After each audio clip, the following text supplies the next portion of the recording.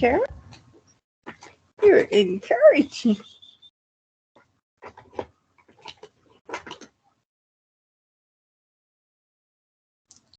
Hi, Esther.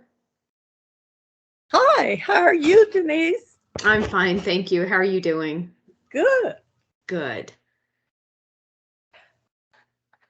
I was afraid I wouldn't be able to get in, so I thought I'd be early. Yeah, and you are, and I'm glad you made it in. I could not get into a committee meeting earlier in the week, so I just gave up. That's a shame. I'm sorry to hear that. But look, you're on now. Yes.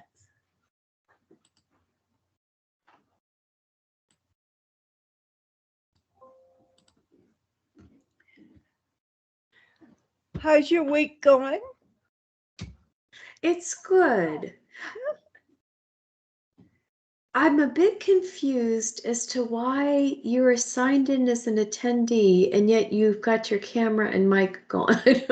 I'm learning Teams, Esther. We had WebEx down and now we went to Teams. Right. And I think it's better, but I don't know it as well. It's new. And I don't know why I'm showing up in the corner there. Oh, I wonder if I can change that. I don't need to see me. Show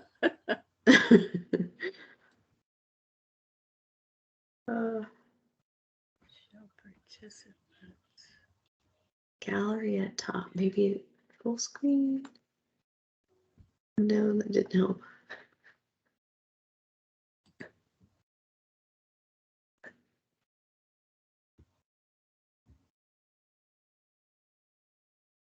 Show device settings.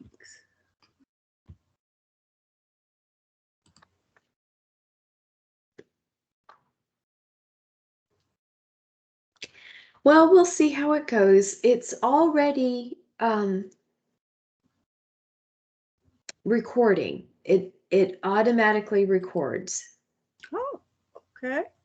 Do you have a banner at the top that says recording has started? Yes, I do. Okay, good. Just want to make sure it's showing up for other people. All right. How is your week going? Oh, it's going along swiftly.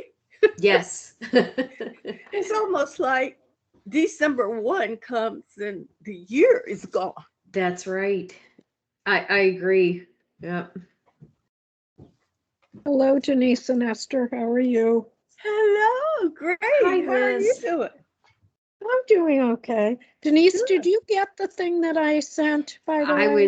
I was about to thank you very much for that. I appreciate it a lot. Okay, good. Yeah, because it took me longer than I wanted it to, because today was a day that each time I tried to do something, I got 10 interruptions. Yeah. So Liz, I don't know whether you can see that or not, but the recording has started. Yeah, okay. I can. Oh, okay. I'm not going to say anything out of line. Well, you never know. You get started talking about your day and you never know what could happen. Yeah. Did you see my email to you? No, but I'll look at it on my phone. Late in the day. I will look on my phone. Okay. Yeah, but thank you very much for getting me that information. I really appreciate it. Yeah, because mine was very late in the day. Yeah. And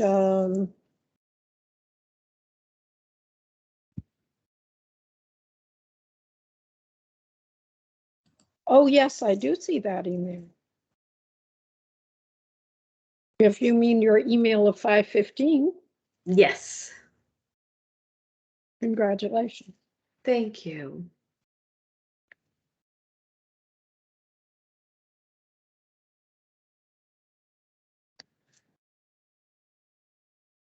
I actually need to write somebody an email, which hopefully they'll respond to first thing in the morning, because I meant to ask somebody for an example of something because I was doing write-up. And then I got a series of phone calls and I didn't get to follow up. I just out of curiosity, could you hear Kuma barking? No. Okay, good. I have my headphones in, so I can hear her, but I didn't know if everybody else could And hear you her. will likely hear Chloe barking because my neighbor is doing all kinds of suspicious things like putting up Christmas decorations. Yeah. You know, and Chloe is probably afraid that she's going to breach the, the boundary. Yeah. Yeah. So she's watching the door very intently. I think my husband just got home. Oh, So they were quiet for a while, but I put my headphones in and I'm hoping that will tame the dog sound for everybody else. well, if Chloe starts barking, I'll mute my microphone.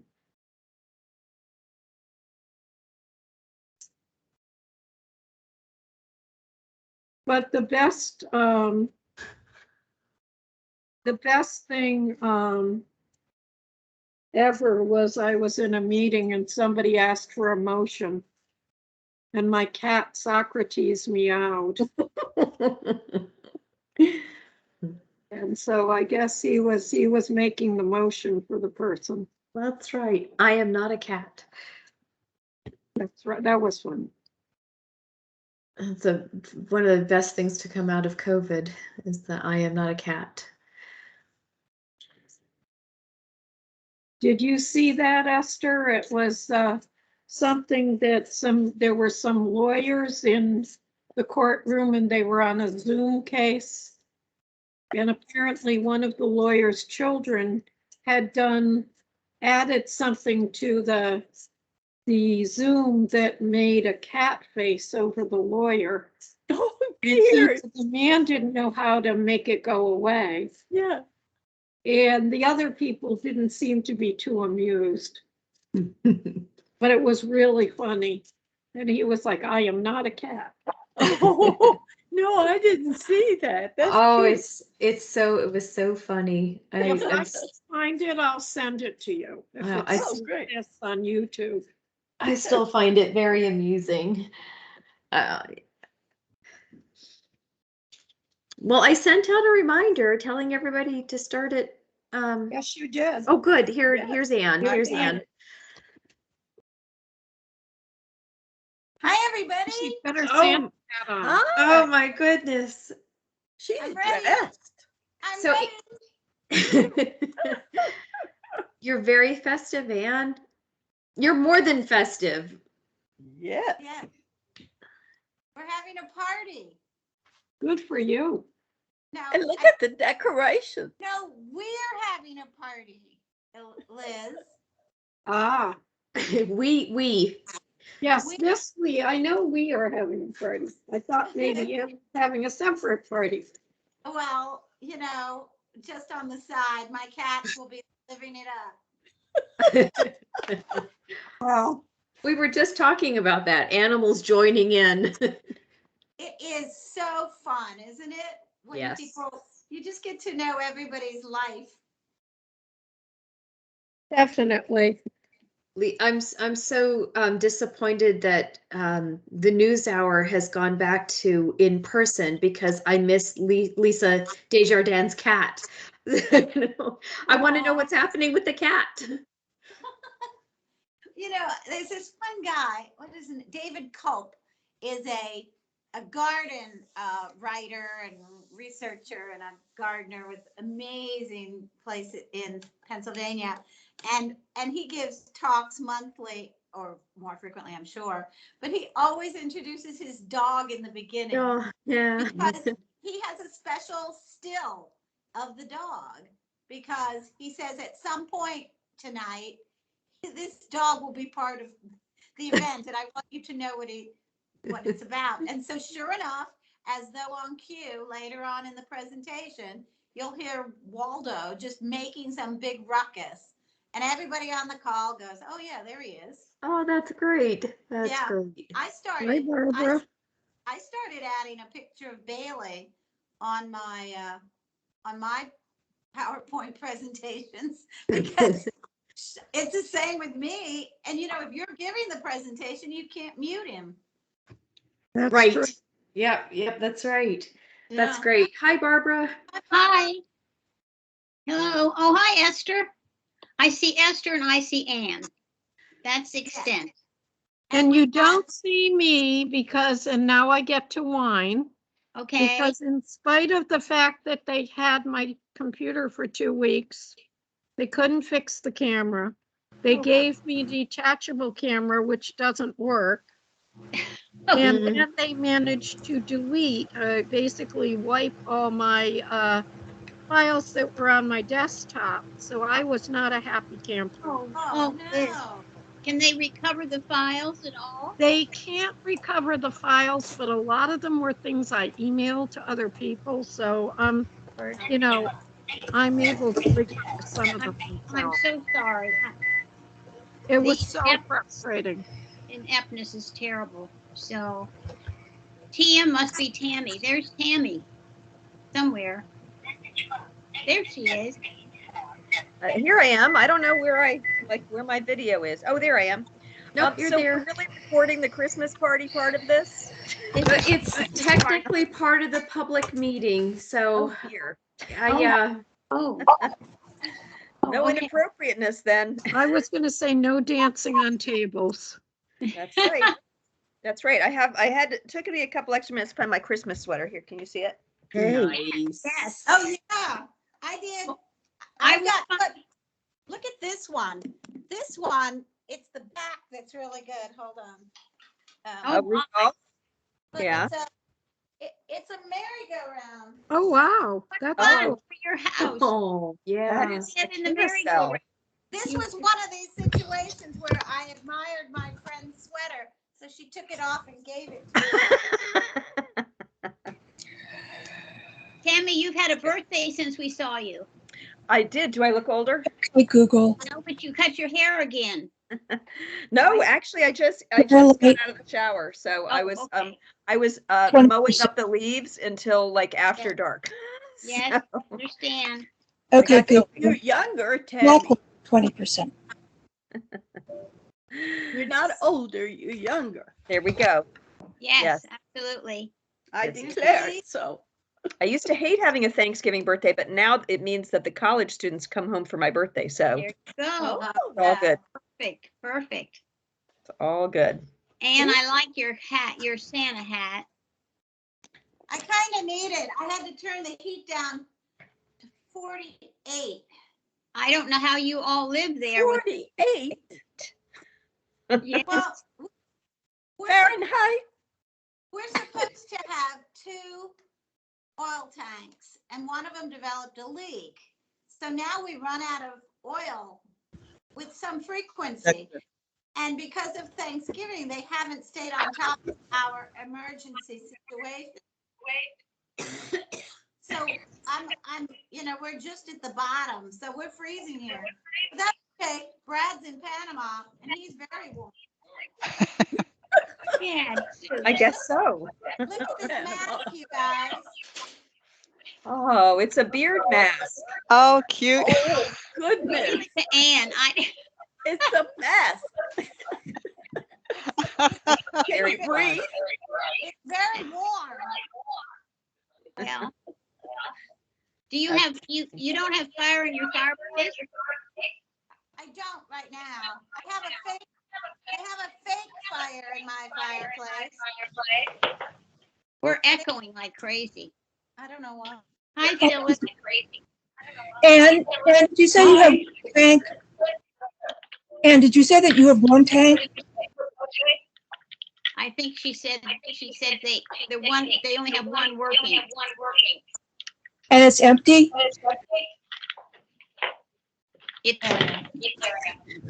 Number diesel fuel at the gas station works in your fuel tank. What'd you say? Diesel fuel from the gas station works in your fuel tank. It's the same category of fuel. Come on. I'm serious. I learned this when I lived in that little house on Park Street. Oh, golly. I'm going to just check with Griffiths and make them say that they agree with that. And then go get 5 gallons. The echo is awful. I think it's because most of us aren't muted. Yeah, but usually we can do okay with that. Well, we're having a party, so we can't mute, right? Oh, I have a trivia question. What company has been using Santa Claus in its advertising since 1931? Coca-Cola. Yes.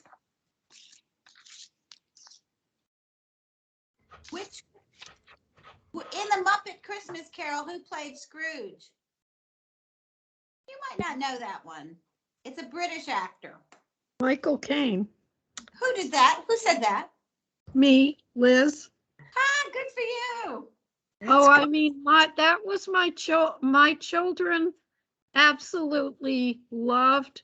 We had every version of the Christmas Carol ever made, and that was everybody's favorite. So Mickey Christmas Carol's a good one too. Did Albert Finney ever play it? Yes. Okay, well my memory isn't totally off. Okay. Who remembers Scrooge's first name? Ebenezer. Ebenezer. Oh, wow. We're going to have to actually do an intense one for Liz. I'll tell you what, I won't answer any more Christmas Carol trivia. Why? Go ahead.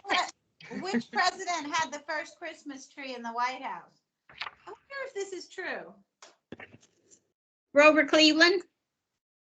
This says Franklin Pierce. Well, So Barbara is right. Grover Cleveland. No, is it Benjamin Harrison? Whoever comes it's first. Harrison. It's Um, in that time. Yeah, Cleveland was on either side of Harrison, so. right. So the second, so Harrison is the first for his grandchildren. Cleveland then follows for his own children. Franklin Pierce is reputed to have a Christmas tree for his grief-stricken wife, but I don't think there's any documentation other than the very heart-wrenching, perhaps too heart-wrenching to be true story. She wouldn't. I mean, she wouldn't allow any entertaining or anything because of her grief. So you're probably right. And what answer do you have? Well, mine was the reputed one, Pierce. Franklin. But obviously, this is a way smarter group. So, do you guys know the origin of eggnog? I don't think so. It's supposed to be from the late medieval posset from England, which was a hot drink. So I'm starting to get excited about that. I'm going to start making it hot. All I know is mead because it's hot and has honey in it. What well-known Christmas song became the first song ever broadcast from space? And this was 1965. White Christmas. It's even more well-known than that. Jingle bells. Jingle bells! You mean I guessed something? Well done, Esther. I'm catching up with Liz.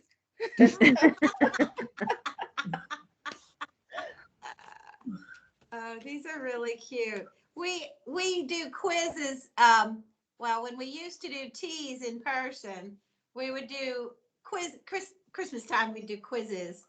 Or if it was a 1950s tea, like this, we have all these questions about the 50s that have nothing to do with Christmas. Which longest running daytime drama moved from radio to TV in 1952? Was it Days of Our Lives, General Hospital, or Guiding Light?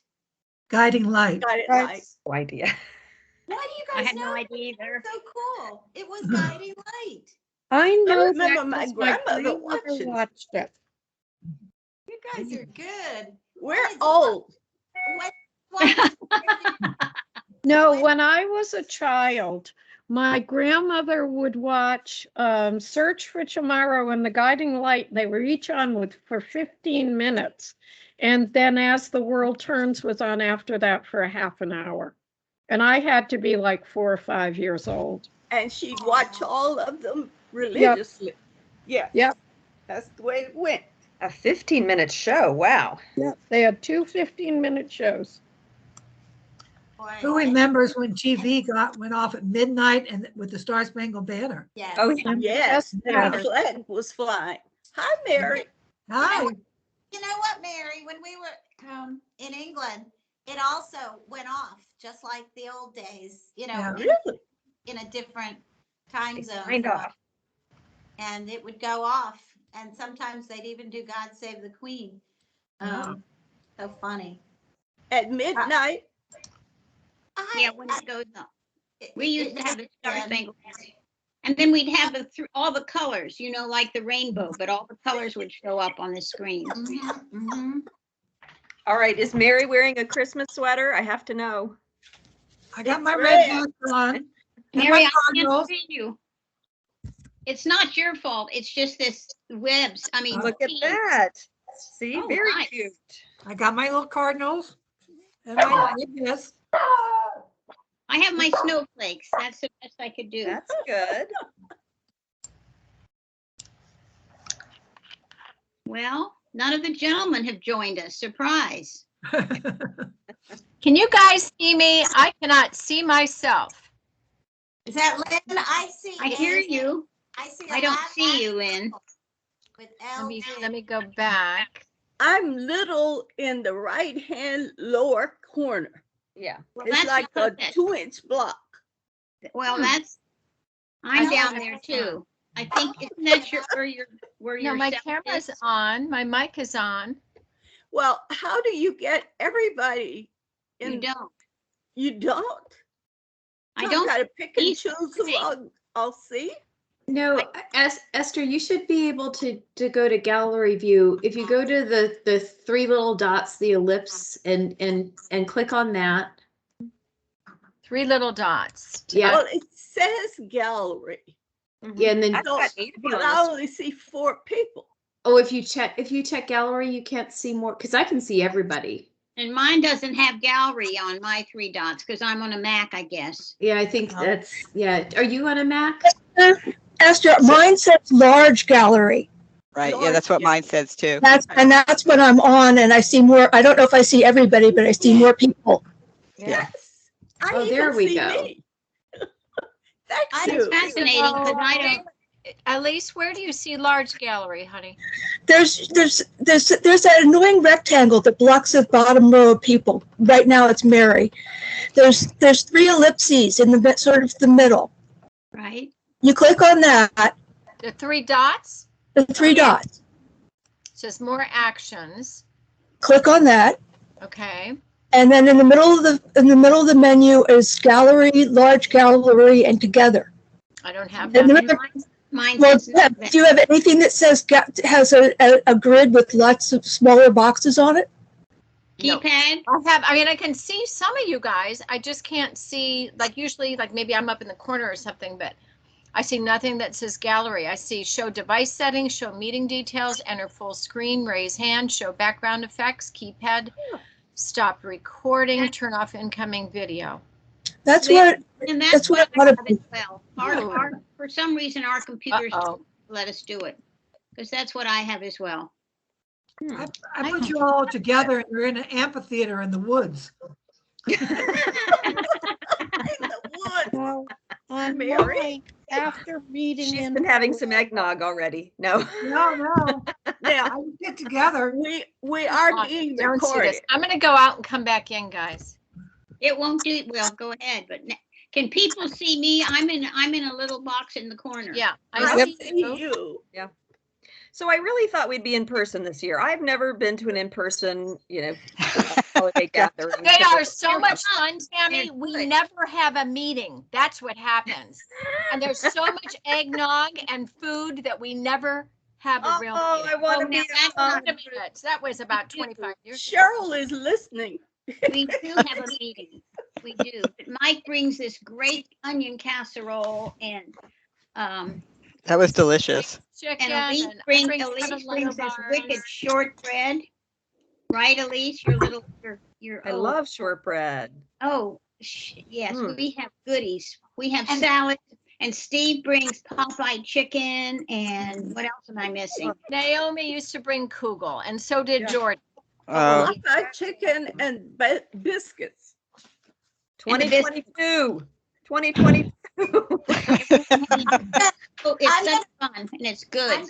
Okay, I'm gonna leave and come back in. I'm gonna Okay, bring goodbye. Bye. eggnog next year. Warm eggnog in a crock pot. There you warm go. eggnog does not sound good. We might It be doesn't okay. sound good. I think warm cider sounds better. Warm cider. Yes. No, I'm And, bringing and one year, Tammy, we forgot utensils, and so Bob had to go out or somebody to get them because we all sign up for something, and somehow that got missed. So all this good food and no utensils. But it's fun. It's nice. That sounds awesome. Next year. I hope. thought we'd be there this year, but didn't happen. No. I'm watching your promised. kitty, Cheryl. Hmm? I'm watching your kitty behind you. Oh, is my cat behind me? Yeah. Oh, yes. Yes, the two cats. The one cat is, yes. Yeah. He's up there He's bathing. watching me, waiting to Yeah. pounce. Yeah. Tail. It's a long tail. Look at his tail hanging there. Yeah. Yeah. Gretchen, you're working. I am sorry. I'm trying to get. Oh my. I know. I'm thinking I need to find my pen and paper. Maybe you don't need it, Tammy. Maybe I don't. I don't know. I can't find the script. So yeah, it shouldn't be too long a meeting. No. We do have an interesting guest, so. Famous Yes. last words.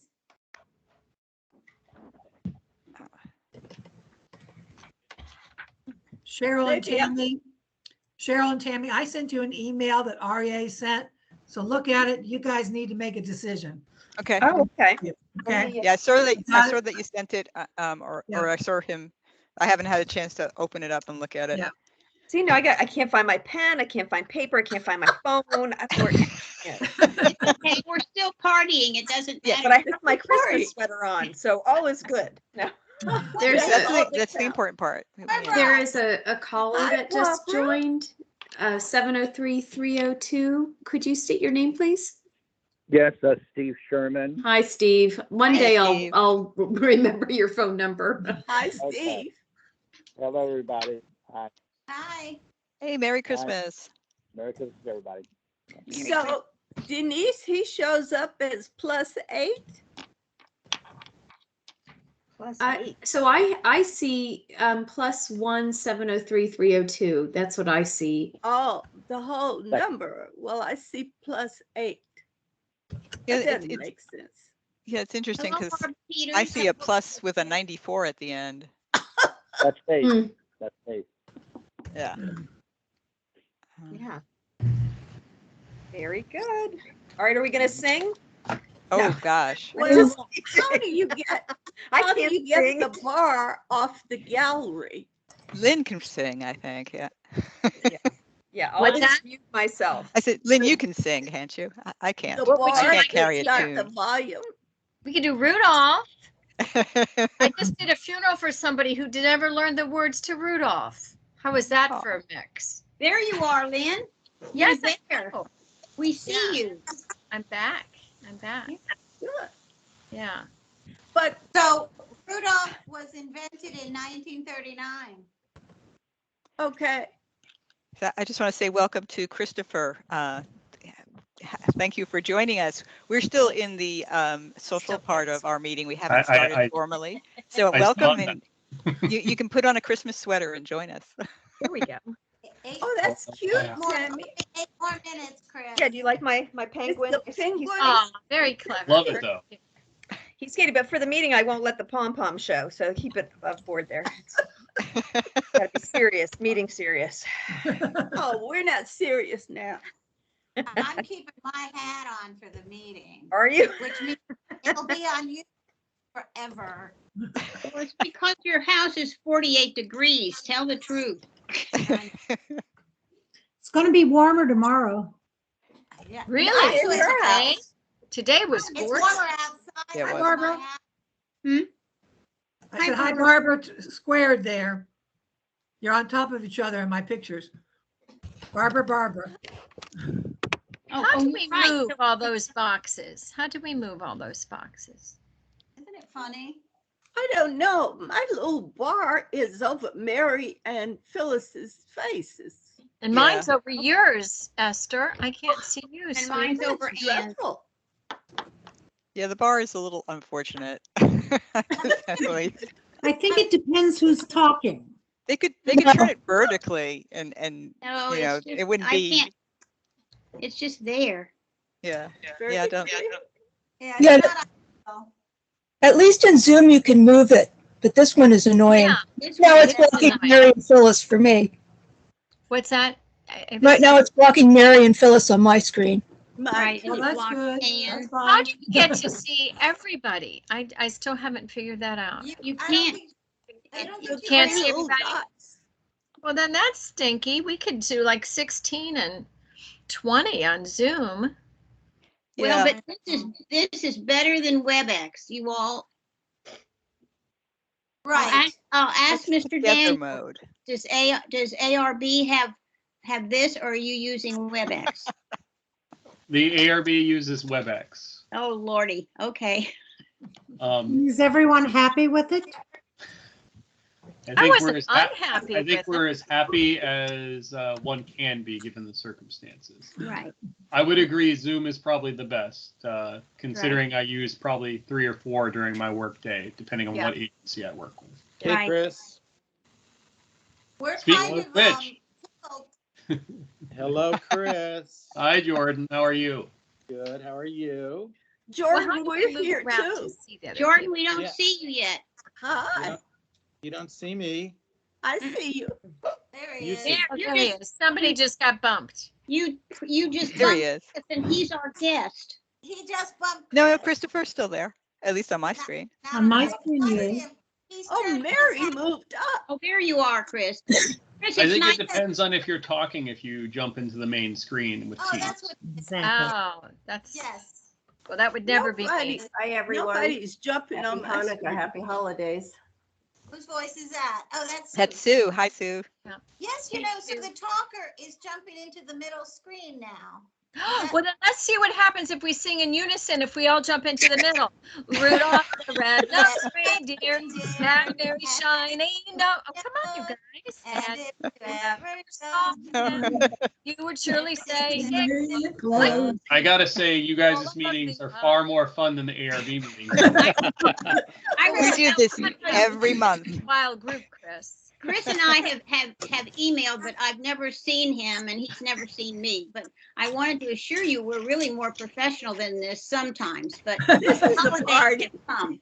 Happy Hanukkah, Jordan. Happy Hanukkah. Oh, thank Yes. you. Yes. Indeed, I was just happy Hanukkah. lighting, we just had a little ceremony This is- lighting the menorah. Good. Is it 4th? I lost the day. Well, why don't we see Bob Beach? Nice hat, Ann. I Bob don't know. is in I stealth don't- mode. Yeah, he His is. block is black. He probably Bob? doesn't have his camera turned on. So if you click off, if you turn your camera off, you disappear. Yeah. Sally's here.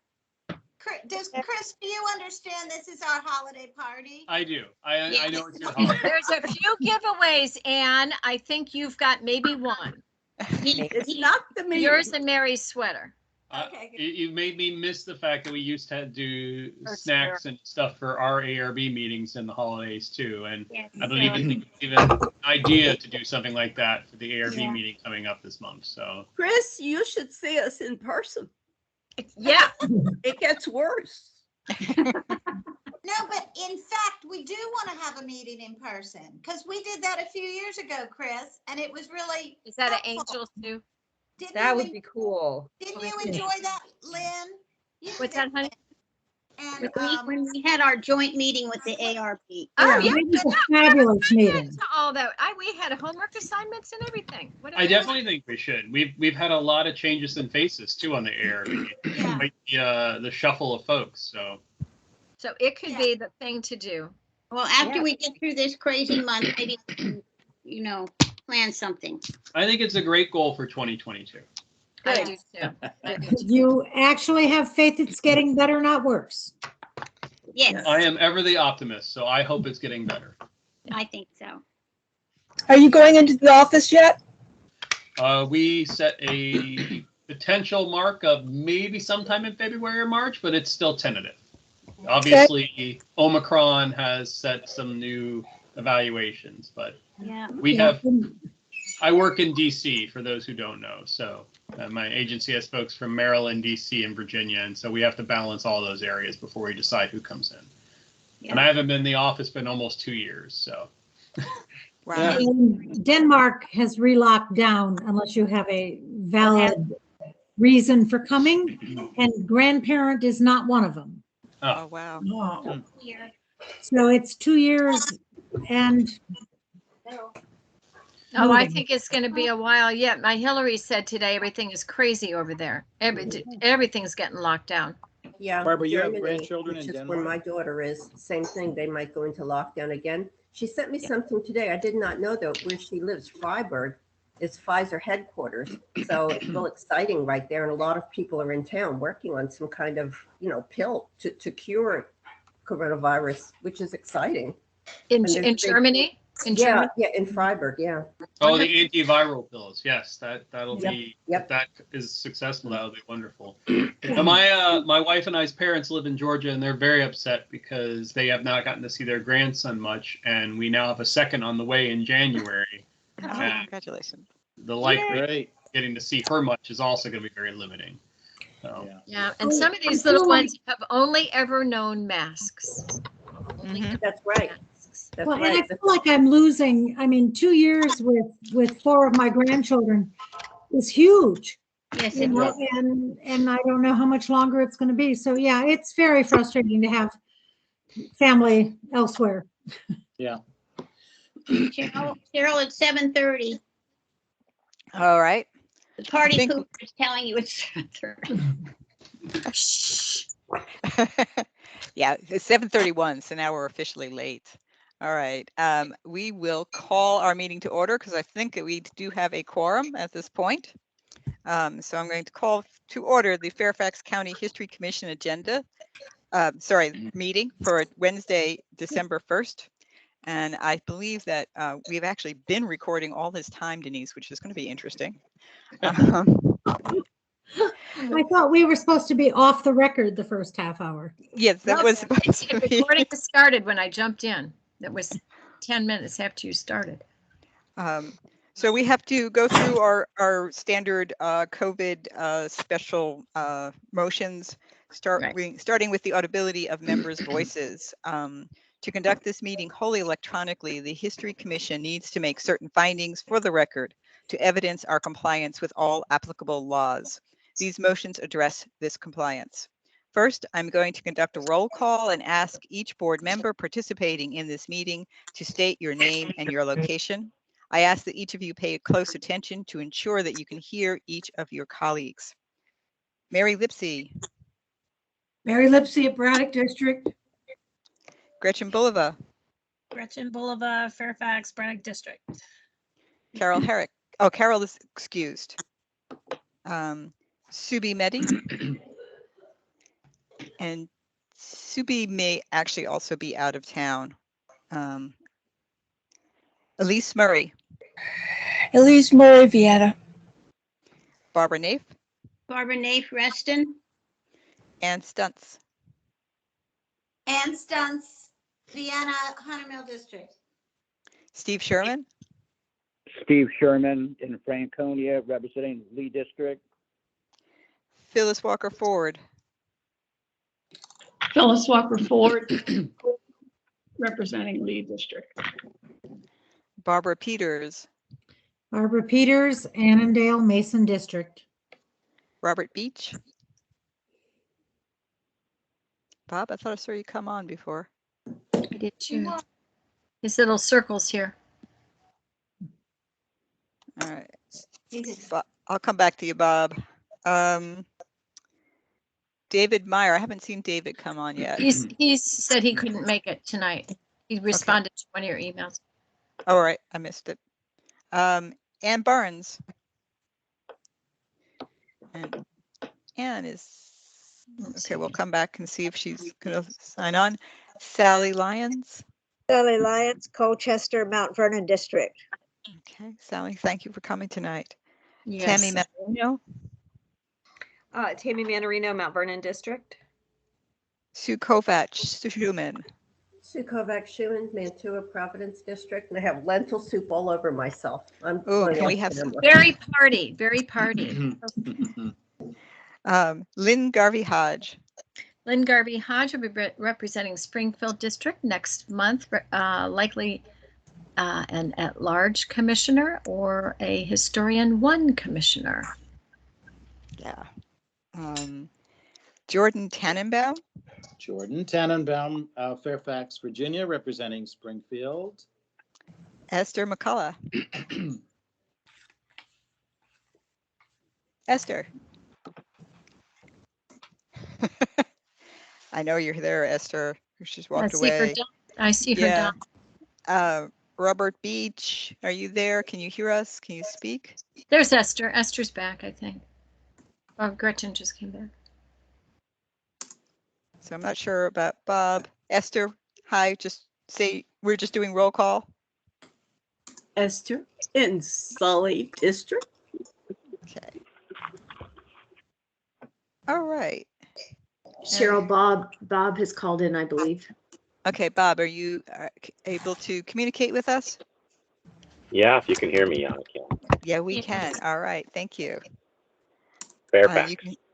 All right. All right, so that is done. At this point, I will pass the virtual gavel to Vice Chair Lynn, and so I may make the appropriate motions. I move that the History Commission certify for the record that each member's voice may be adequately heard by each other member of this board. You have a second to that? Second. I second. All in favor? Aye. Aye. Passed. All right.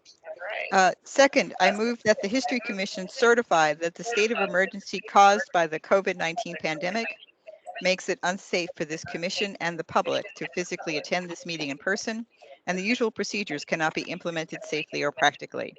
As a result, I further move that the Fairfax County History Commission conduct this meeting electronically through a dedicated video and audio conferencing line, and that the public may access this meeting by calling 559-5982 and entering access code 955-061-040 £. If I may, could I? So yeah, that's really echoing. If you can mute yourselves. I second the motion. Thank you for the second. All those in favor? Go ahead. Go ahead, Lynn. That's all right. I just muted myself. Sorry about that. All in favor? Aye. Aye. Okay. Last one. All right. Finally, I move that the History Commission certify that the matters on its agenda today relate to the COVID-19 emergency itself, are necessary for the continuity in Fairfax County government, and or are statutorily required or necessary to continue operations and the discharge of the History Commission's lawful purposes, duties, and responsibilities. I second the motion. Thank you. All in favor? Aye. Aye. Okay, so passed. All right, so thank you. And I'll take that gavel back. There you go. Okay, and it looks like our commissioners excused are Carol, Subi, and David. Cheryl, I believe And Ann Ann. Barnes, yeah, I'm Ann here. Barnes has joined us. Oh, I'm here. great, Ann. So just tell us your name and where you're calling in from. Oh, let me see how to do this. Oh my goodness. Ann Barnes. I'm not sure how to do this. All right, we can hear you. We hear you. Oh, you can hear me? Yeah, you're good. Okay. Ann Barnes from Gunston area and representing Mount Vernon district. Perfect. All right, thank you so much. All right, we also have with us today Christopher Daniels, who is the chair of the Fairfax County Architectural Review Board.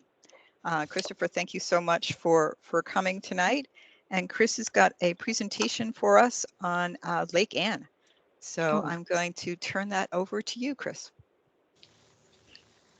Oh, thank you so much. I don't actually have a presentation so much as a conversation.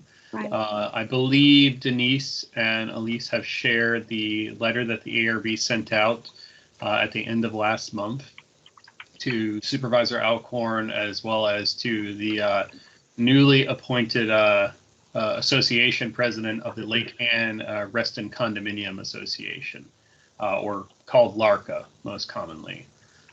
This letter was sent after the ARB absorbed the results of the cursory survey or study that was done by the county of Lake Anne regarding several of the infrastructure and structural problems that Lake Anne was suffering. I think many might recall, I believe it was last winter, several residents were out hot water for a significant portion of time. Among other things, there have been electrical, other utility challenges and problems at Lake Anne. And so those have been pretty systemic for a while now. That cursory assessment gave a pretty extensive cost to those potential repairs. And since the Lake Anne is a historic overlay district and is a rather unique historic overlay district because it is a rather unique piece of architecture, it's significant both for the design, but also for the symbolic history that Reston itself represents as being one of the first ever designed communities and triggering off that green cities movement across the country, one might say. So the ARB is having oversight over building applications that would come through us at the ARB. There was a lot of concern about what that cursory assessment performed by the county implied, which was there are a lot of deficiencies, and a lot of these deficiencies are going to have costs. Some of these costs are going to be pretty high, but the other concern is that how these repairs are engaged could result in damage to the historic structures if they're done improperly. We've seen in the past, though not during my tenure, the previous members' time, applications that have come through or submissions that have never come through for ad hoc patch-up repairs to those structures. And given that they are made of a rather unique type of material and a unique design, things being done poorly there could result in continued deterioration. So we kind of saw this as a call to action kind of situation, particularly given the fact that Reston is currently undergoing the comp plan update, something that Supervisor Alcorn has, after talking to him, he allowed me to sit on the task force as a member designated to it. So I've been providing input into that effort. And so to continue to take a proactive role, the ARB engaged county staff in an effort to see, well, let's take a look at the study that was done and find out how close it was to considering the historic nature of the properties. How much did it think about the standards and requirements that exist for those buildings that require in-kind treatment and special techniques rather than let's, just slap on some new materials and walk away from it and hope it fixes it.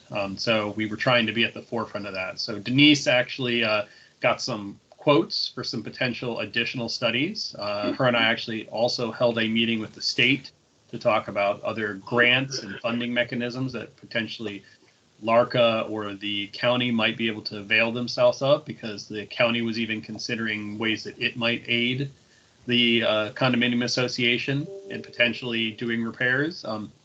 So I think I'm trying to be more of a canary in a coal mine situation, in the sense that we saw this as this is a sign of trouble to come, that if these repairs aren't done sooner, and if they're not done the right way, then what would be really a jewel of Fairfax County when it comes to modern architecture. I mean, we've got a lot of other unique historic properties regarding a lot of other types of histories, but this is a very unique one because of its place in history. We could see it getting severely damaged, or the ARB could become what might be considered a roadblock for when applications come in, because we'll take a particular position on techniques and methods that aren't being considered early on in the design process. So when reaching out, I think Elise has conveyed, and I've talked with Barbara as well as Cheryl briefly about it, is obviously any support from the commission would be greatly appreciated. We've indicated in our letter that we do have some money in our coffers, but obviously we don't have a lot. Many of you might have also noticed in the newspapers that there was the Gupta Foundation recently set up a starter fund called Lake Ann Rising, though I believe that might be in some trouble, though, because there was some discussion about LARCA matching some funds for that to be successful. I don't know all the details there about that. But I know that is a growing discussion, because obviously Lake Ann is important to a lot of folks in the county. And so there's a lot of drive to find ways to keep it preserved and keep it beautiful. I mean, my son and wife and I, we go there every weekend for just the farmer's market and play in the public art, the boat in particular, every weekend. That's a required stop for our 4-year-old. So with that in mind, it seemed important to me that we got out in front of this. So that's kind of where we're at. I mean, obviously, any help from the commission to convey to the county as well as to others where we can point out that this is a priority and this is something that we should continue to try to support smart repairs and smart improvements at, so that it continues to grow for the next generation. That's why I'm here, and that's why I hope you all will help come to that call to action. And I'm willing to take any questions, obviously. Yeah, I'm curious, Chris. I lived in Reston a very long time ago in the early 70s. But whose responsibility was it to maintain that infrastructure that is clearly in trouble? And how did this go awry? So I'm not going to have all the best answers on this, but for the majority, obviously, Lake Ann is obviously a private property managed by LARCA. I mean, from that expectation, a lot of those responsibilities are going to rest on the property owner and the collective group of property owners and how they manage their funds. Obviously, there are some other mixed uses in there that have tenants and others. I mean, the county even has space in there. So it seems to be one of those village centers. If you look at the other village centers, they're not in the same situation, I would say, as Lake Ann, a lot of them, because they're mostly purely commercial and less driven on a mixture of residential and commercial uses. So I think that's part of the challenge you have there, is you have residences who obviously they want to maintain their residences, but there's costs, and those costs can start to become astronomical depending on how they start to stack up.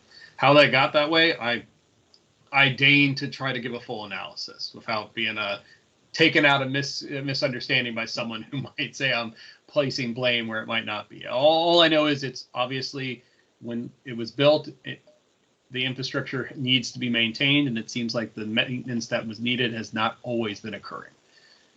I mean, it's interesting to me only because in the last few years, we have had a number of communities grow up around metro stops in the Virginia area, where it's mixed use, residential and commercial around those metro stops, and you know, I'm sort of thinking about in terms of what the impact is and what causes that problem, and whether we're creating more of those situations.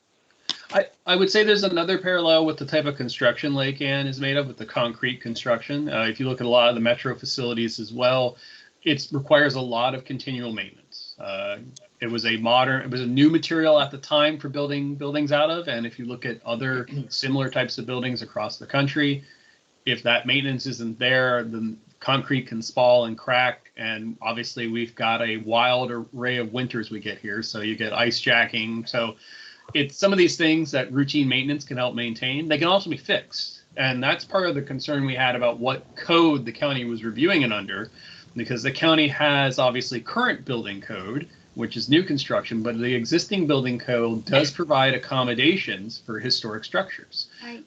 Now, it doesn't always say that everything can get by just because it's historic, but it does allow code officials and code reviews to be much more forgiving with things like loads on buildings, with types of treatments for accessibility.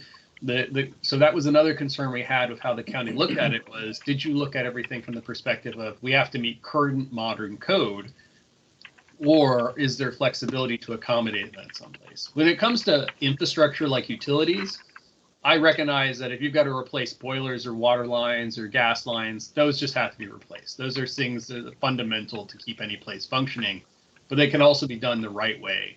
And, we can do it in a way that is not as minimal and as unobtrusive as possible. And that's why the other thing the ARB committed to, and we have 2 members who live in Reston, myself and Samantha Wan, who's an architect in Reston, and we've committed to being as involved as they want us to be, as well as any of the other ARB members, so that if they want to have us in on working groups and other discussions, we can have a minimum number of members be there to help provide advice, so that when they do come for an application, they're already hearing from us as to what concerns we might have. We've done this with other projects like down in Lorton. We've provided advice for the Workhouse Center several times about projects they proposed.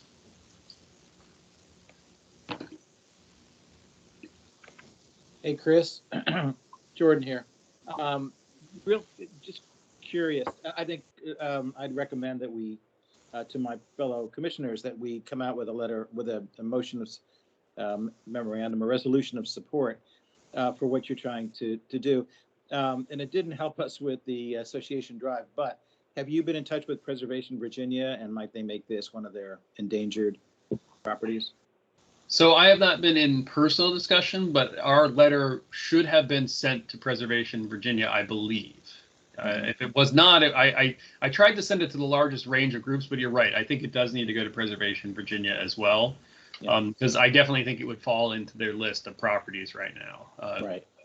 Given the fact that VDHR, Virginia Department of Historic Resources, has recognized that modern architecture in Virginia is an extremely threatened type of architecture. I mean, and obviously, Jordan, you're right. Association Drive was one of those big losses. I will say that and the API building were development threatened. In this instance, I don't think anybody is saying that Lake Anne should be replaced with a new village center. I think there is a general consensus from what I see, even on the task force I was on, and I won't speak for the members on there, but the general impression is Lake Anne is something that's treasured.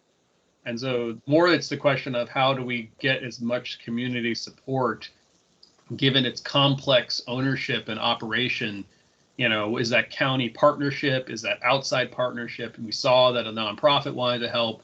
How do we get the help so those repairs can be done? Because deferred maintenance is a problem, as you know, right throughout not just private entities, but the federal government too suffers from it. Sure. People just don't have the money, and some see build new.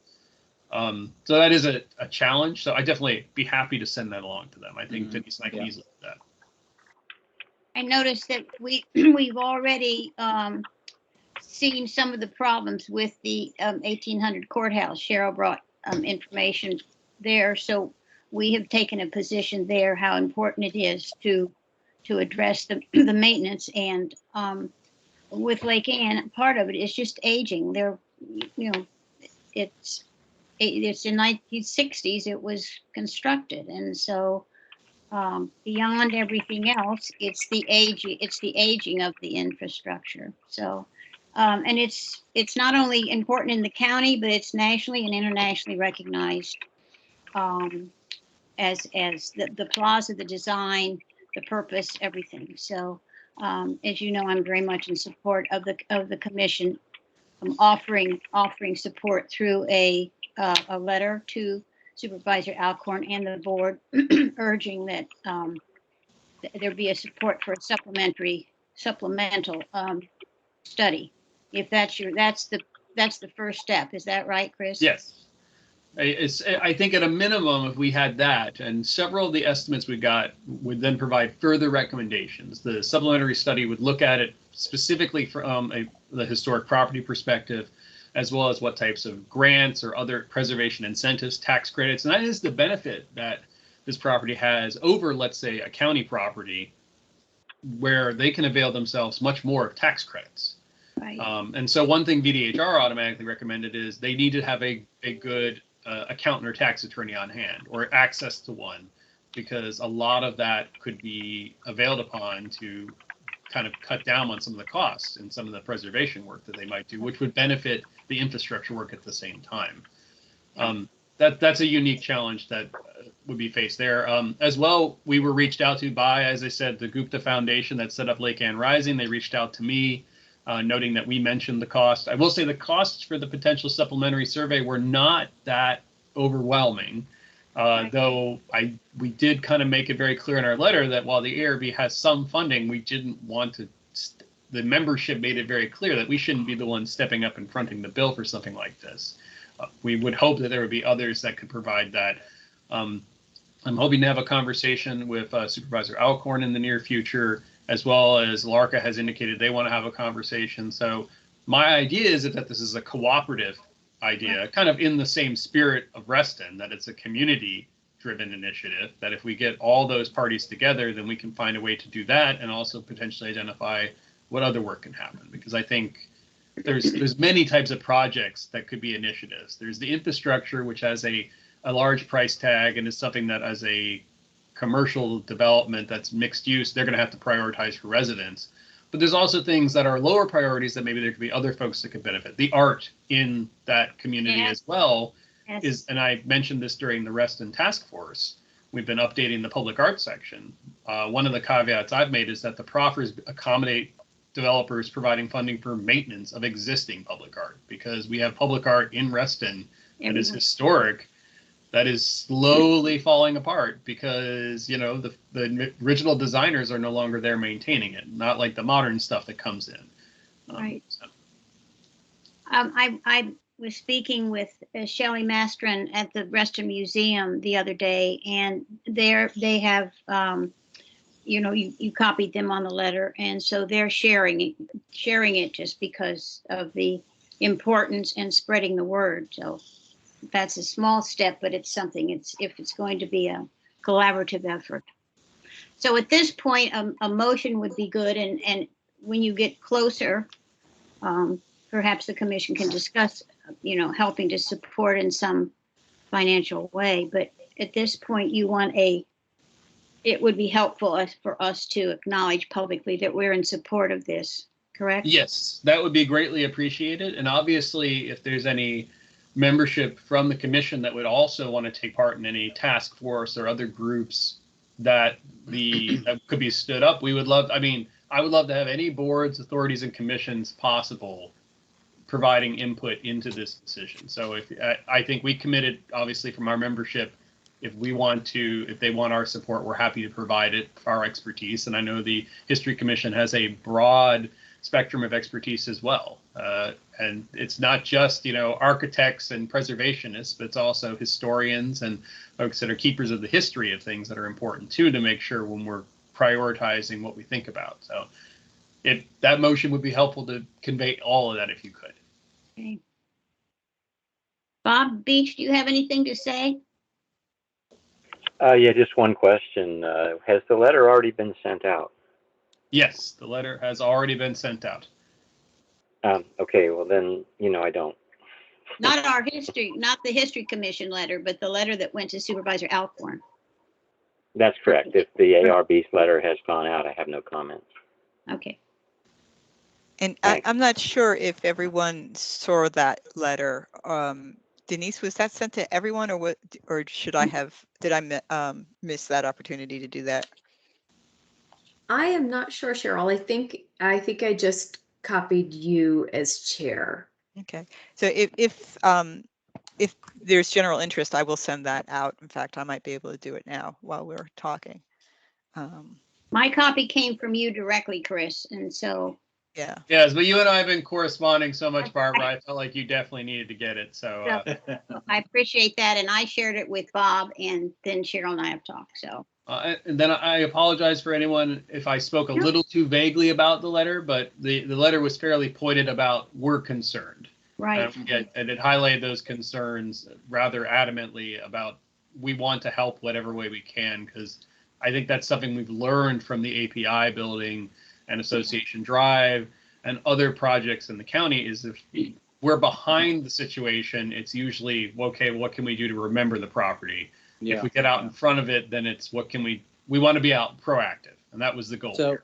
yeah, so Chris, in that in that vein, you know, it also, you mentioned its significance not only locally but regionally, nationally and internationally. Probably not a bad idea to see if Betsy Merritt and team at the National Trust can help. They would probably at one point maybe be able to get some grant money. There's not a lot of money there, but putting something in their magazine, you know, just to raise the level of consciousness. And when people invest and say, hey, you know, articles are being written in other places, this is really important. Maybe we ought to take a look at this, and maybe this is one that we, as you said, want to get ahead of. That might help to raise. I agree. And I think another group, when you mentioned that, I thought about sending it as well to Docomomo, and for folks that may sound like alphabet soup. That is Docomomo is the International Committee of Documentation and Conservation of Buildings and Neighborhoods of the Modern Movement. And Absolutely. if you wonder why that comes out to Docomomo, it's well, thank you for explaining that. I started Googling it the minute you have to write it out, but that's certainly a good place to go. But there is that group. There's a DC branch, as well as I believe John Burns, one of our former chairman, has provided it to the Virginia Institute of Architects, as well as the AIA. So, I mean, this is a property that's obviously recognized, as was said by Barbara and others, nationally and internationally. It's not, you know, it's not a secret. It's part of the reason my wife and I moved to Reston. Right. You know, Did you say, Chris, it's on the register? Yes, it is. It is formally listed on the register. Yes, okay. Might it be? And also, could I make a point? The Lake Ann has been a problem all along because there's not enough funding to maintain it through the Lake Ann Residents Association, LARCA, and they have struggled for years. The properties there just don't have the wealth to maintain it well. And so that's why they particularly need help. Even, you know, they're a private group, but they particularly need help. And I think, Barbara Peters, I think a lot of lessons were learned on Lorton, learned on Lake Ann. And a lot more things, I think, are set up so there's funding to take care of them longer. But remember, this was the early 1960s. That's right. So do we want to come up with some language now? For the Madam Chair. Yes, go ahead. Go ahead, Esther.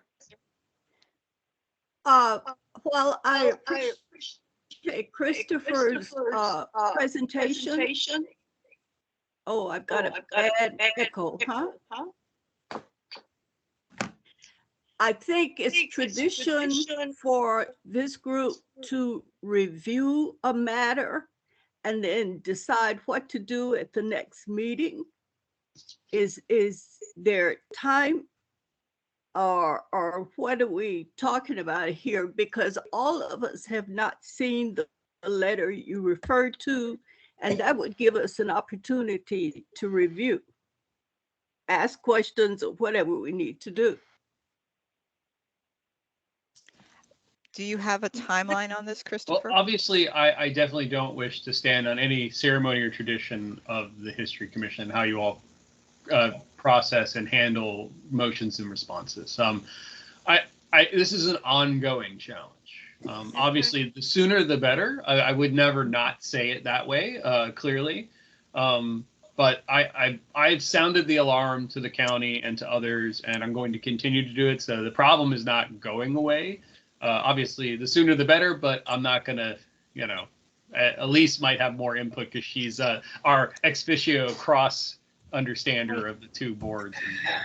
What I'd like to suggest is that the letter be distributed so everybody can see it, because Esther is completely reasonable in her wanting to see it, and that Barbara Nafe or Barbara Nafe and I or Barbara Nafe and Cheryl are prepared with a motion coming into the meeting so that you guys will be presented with something to vote on at the next meeting. So we don't have to rehash it. We can just say, this is what we want to do. And should it be a letter or just a motion? I think it should be a letter, right, Chris? Right. I'd be happy with both, but a letter is greatly appreciated because I think, as Jordan pointed out, it can then go out to many of the same groups. And I think I'm going to definitely take his recommendation and probably send that letter that way on to those other 3 groups, at least right now. So another letter coming from another board and commission in the county is just going to draw more attention to it. Thank you, Elise, for what you said. I agree with you, except if we have questions or concerns, we should be discussing them at the next meeting. I agree, but we just don't have to completely reinvent the conversation. No. When you all read the letter, it's very specific, and Chris and I talked. He brought up the primary points that are in the letter. So and they're within the letter. He's asking for support from other commissions and groups, and so we fit into that. So thank you, Chris, very much for coming and giving us the evening and sharing the information, because you know it and I know it, but not everyone. I would love for the commission to come out and have a we should have a meeting, and Elise knows, and some of us know all about its magical place and some not. So it'd be great if we just we'd have a history commission meeting at Lake Ann. We can sit at Cafe Montmartre. I was going to suggest, I think our next joint meeting should be at Lake Ann. There we go. Perfect. I would absolutely, Esther, to your concerns, I am happy to be back here again next meeting if you have any questions and you want me to answer them. If you guys put together a letter of support and you feel like you have any others. Also, I'm happy to talk offline as well if you ever want to reach out to me. Denise is always willing to share my contact information. I feel like the ARB and the History Commission need to have a little bit more cross sharing than we did in the past. Yeah, I was going to underscore, Chris, you and I have had a talk about that, a couple months ago, and I brought that conversation, the tenor of that conversation, back to the commission. I think everybody agreed that that was a good idea. So let's move on it. Let's put it into practice. This is our first step right here. Yeah. Yeah, but Lake Ann in the middle of the winter? No, I don't think so. But Can we pick a warmer day? We just can go have hot into Cafe cocoa. Montmartre. They have a whole section there, and we can meet. Thank you so much, Chris. And good luck on the birth. Good luck on the birth, Chris. Yeah, Oh, yes. you. Yeah. Thank you. Thank you all for having me. It was a pleasure. Thank you. And so we can construct a letter, a draft of a letter that we can then share with the commission and discuss at our next meeting, and then go through the appropriate motions in terms of putting that out. Does that sound like a reasonable plan? Yes, it does. Cheryl, would you like me to send the letter to everybody now? I was trying to do that as we were talking, but if you have that ready at your fingertips, go ahead. I do. Yeah. Awesome. Sure. Thank you. Mm-hmm. Better than me trying to remember everybody's name. I was a person short, and I was trying to figure out who I was missing. All right. Thank you all. Thank you. Thanks, Chris. Thank you, Chris. Thank you so much for coming. All right, Nice to meet you. Happy Nice holiday to party. Chris. Thank you. Yes. Got to sing Rudolph next time. Sorry.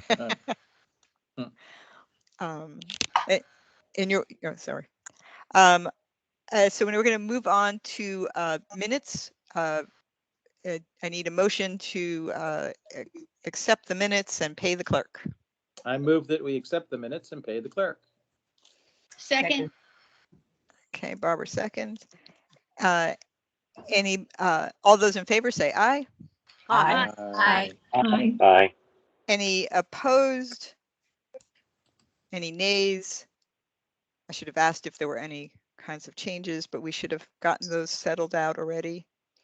All right, treasurer's report. Barbara Peters, let's Cheryl, continue on with that. Yes, Cheryl? sir. Yeah. Just before we go on to that, just really quickly, I would just like to use this opportunity to thank Elliot for his wonderful work. I really think that the minutes are terrific. He captures the spirit, the nuance. So Elliot, thank you. We're delighted that you're our Clark, as they say in Ebenezer. And I really want to just recognize the fact that you're doing excellent, outstanding work. Here, here. Here, here. All right. Yay. Thank you. All right. Barbara. Okay, I last month did not do our report. I don't know if I sent it or not, but we aside from interest and budget adjustments, we had $2,700 added in a proffer for Buckman Road. I don't know all the details of that, but that has been added to our account. This month,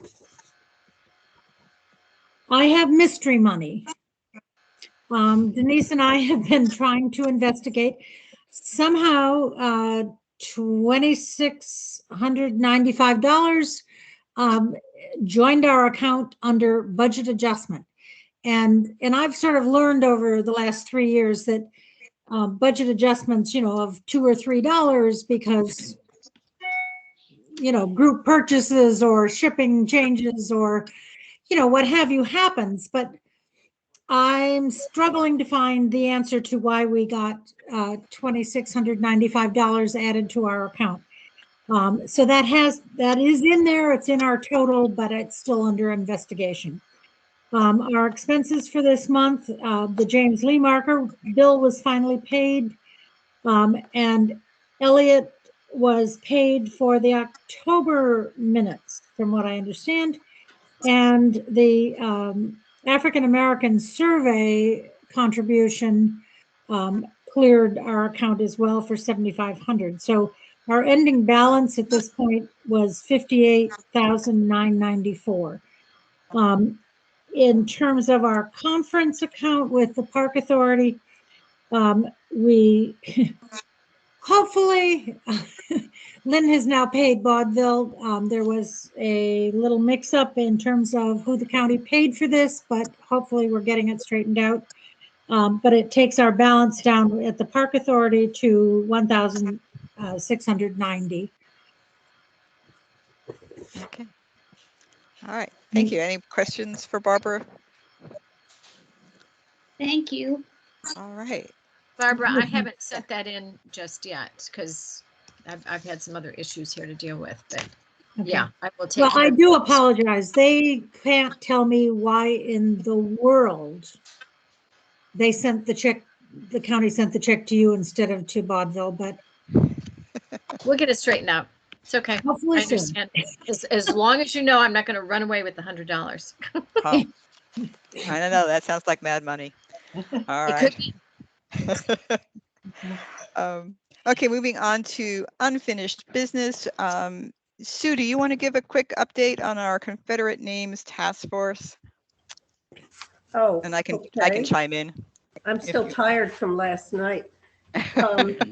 Cheryl suggested the motions that were voted on, and so 6 people voted no, not to change the road names for Lee Highway and Lee Jackson Highway, and 20 people voted to change Lee Highway and 19 Lee Jackson Highway.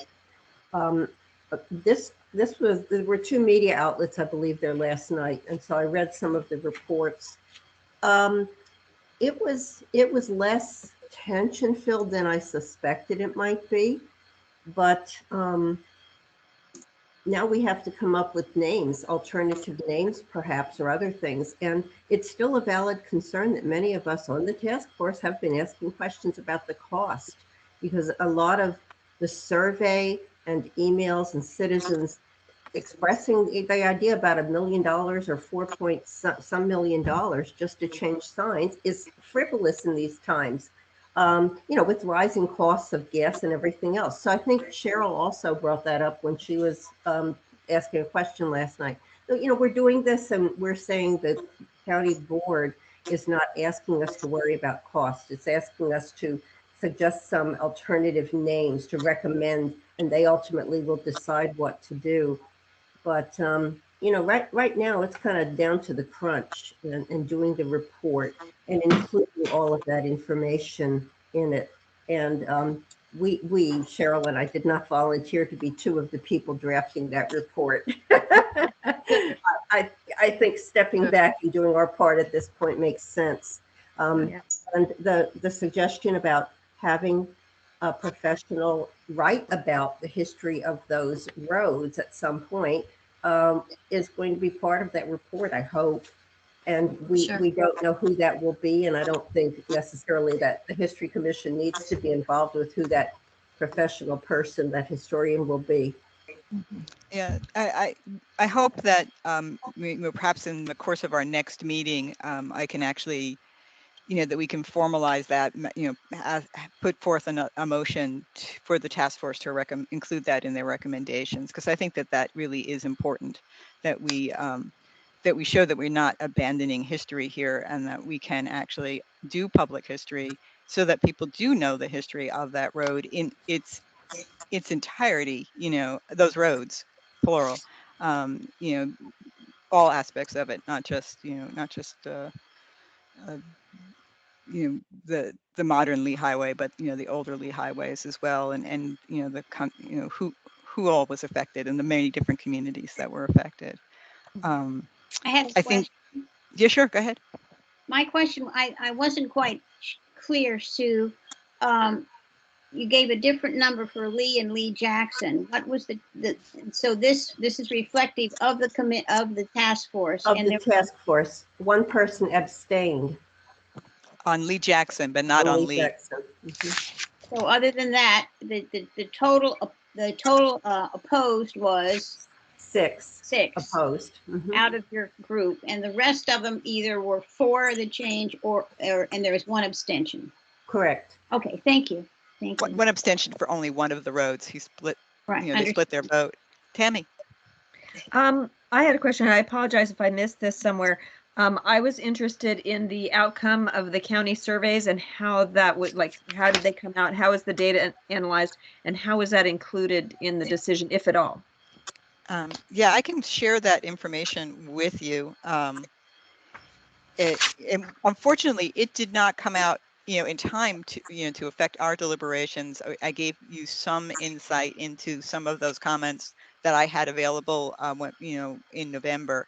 But they had over 21,000 responses, which is kind of unprecedented in terms of their responses, and it was more people were in favor of not changing the names than in favoring changing the names, and somebody on the task force did the math and came up with a 40-60 sort of split on that, but I haven't sat down and looked at it. And the difficulty with this, and it's especially difficult that we got such a huge response, is that it wasn't done scientifically. So it's not a representative sample, which means that you can't generalize from the results to the population. And yet they voted the opposite of what the people were saying. Right, because the task force was told to do community outreach and to be familiar with community responses, but not necessarily to do it via majority rule kind of vote. I mean, so and as I said, it's not a representative sample, so you don't. We'll get some insight into that if they break it down by zip code. So they do have zip code information, so you can see some distribution by zip code. But I mean, it's a very large N, but it's we don't know who was responding. We don't know about people who responded 6 or 7 times versus, Right. and, And this doesn't take into account all of the email comments, and there were only 30 some letters, I believe, but a lot of email comments, a lot of social media. And, I was on that public engagement committee. We did the best survey we could, and it's a short time. And the public listening sessions were not really that successful. People would rather do some survey online, do something quick, fill out something at the library, which is no surprise. But it's not a statistically significant thing. And we knew that from the beginning. It's to get a sense of things. And yes, the way we voted is not perhaps what the populace is saying and wants. And we're not the elected officials. And perhaps there will be backlash when something's done with the elected officials, but that was not what we were involved with. Right. I think they wanted us to do the survey in part so that they have that information. So now the Board of Supervisors can look at it and they can decide whether this is something that they want to take in, how they want to weigh it. We were just looking at it in terms of, what did we think? I think one of the things actually was that we saw the comments. So, I mean, the survey was pretty much, favor, not favor. But the email comments and there was tweets and, social media stuff. People said why they objected to it or why they favored it. And, the overwhelming majority of folks said, well, don't erase history. Mhm. And Well, so, we debated that, yes. Yeah, there were more than 400 pages of just emails that we were sent, along with all of the other survey things. So I don't know about every other task member. I felt a real responsibility to look at those things, and if people felt that they needed to comment, I wanted to read it. And I don't feel that it's our job to do exactly what the survey or the readers want. There were good points on both sides. I mean, we're looking ahead to the future and trying to take the whole history and not just the Civil War era. It was an interesting thing that the vote reflected what I thought it would from the very first meeting with certain participants. But it's a democracy, and then that's kind of what we did, and we functioned that way. And I don't feel that's a bad result. And the discussion is so important to have had that. And the public outreach too. Even if you didn't get it and were able to factor it in, at the task force level, for that to happen for the Board of Supervisors and to have the record of that. And to that point, I'm going to channel Mary Lipsey for a moment and say, this is all going in the Virginia room, right? It's been recorded. I guess that's really a good question, and I don't know what they are planning on doing with that. But we could suggest that. We could make that something that we recommend. Yeah, I'm so in awe of what you all accomplished, and I think above and beyond that public survey was just, it was great. That was staff at the Virginia Department of Transportation. Shout out to them. They did a huge job in a very short turnaround. And I know it wasn't perfect because not everybody got their card in time, but they did a huge job. Sorry, go ahead, Ann.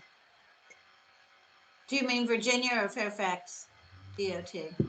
Did I say, I said Virginia, didn't I? I meant Fairfax. Okay. So presumably, well, I shouldn't presume. Will all this stuff be in the public record at some point, or a report about this? That's a good question.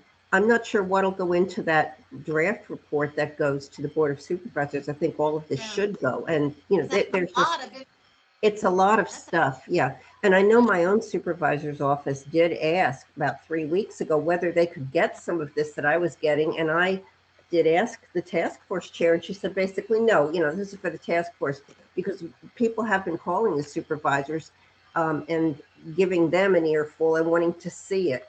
But, I didn't feel like I should or could share that. So I did ask the chair. I think eventually it'll all be given to the supervisors, but maybe not quite yet. I suppose we should it'd be good to know that, because if it's going to be, is it going to be filtered or is it going to be given? And then I support Tammy's comment about having all that information at the Virginia Room would be a really interesting thing for future Yeah, it would study. be. Mhm. I Yeah. agree. I think it would be really interesting, especially the sort of things that they captured in terms of emails and social media comments, because it's quite a range of commentary. Yeah. And the other thing is that our task is not really quite finished, because we do now have to come up with some recommended names. And I just thought, we don't have the timing to be, I think, when are we supposed to hand in names? Friday, right, Sue? But by close of business Friday. Oh my That's goodness. not much time. Yeah. Can I make a suggestion? Sure, go Yes, ahead. please. Go by the numbers. That has been the most popular, because that was one of the things that was asked on that survey, was what would you suggest changing it to? And the numbers was definitely the most popular option. Yeah, I think you wouldn't alienate anybody unless it was somebody that was involved in fuzzy math. The thing is, when I was out today, I did look at part of Lee Highway, both in Fairfax and outside of Fairfax, and it just is Route 29. That's what it's been. It's not even called Lee Highway for a big section. So that makes a lot of sense, Bob. Can you all consider what the surrounding areas, since Lee Highway goes through other counties, what they're doing, so we can maybe ultimately have one? So Arlington has already renamed it and has already replaced their street signs, was what we were hearing last night. It is the John Mercer Langston Boulevard is what they've named it. And I think that Loudoun County is waiting on us to see what direction we go in, because they're thinking the same thing, that it might be nice to be consistent. Good. That's great. And in discussions so far, people have been reluctant to embrace a person on the task force. I mean, we haven't ruled it out, but people have been sort of cautious about that. But like, just feel free, if you have some ideas, if you have a name that you've been waiting to name a street for, or your favorite flower, or something like that. Trees are always good. Trees are good. I mean, dogwood has been suggested. Yes, other natural features. Tribes, the Indian tribes. Indian tribes have been suggested. Liz is actually Liz is providing that. A list of Indian tribes, and Liz and I discovered we have to do that by by 5 o'clock today, which isn't happening. It'll get done by tomorrow morning, but anyway. Just another editorial comment is, I read when you sent them out and you provided all of these, I read them. I was like Sue, I read them. And it's a very interesting commentary on the mindset of residents here. The one I remember most is with regards to Lee, and that he did so much for society and was made such wonderful contributions that it would be a shame to take his name off. And so, reading all this as a historian, you just see what everybody's up against. That's all I'll say. So yeah, the mythology of the law. I mean, I don't want to.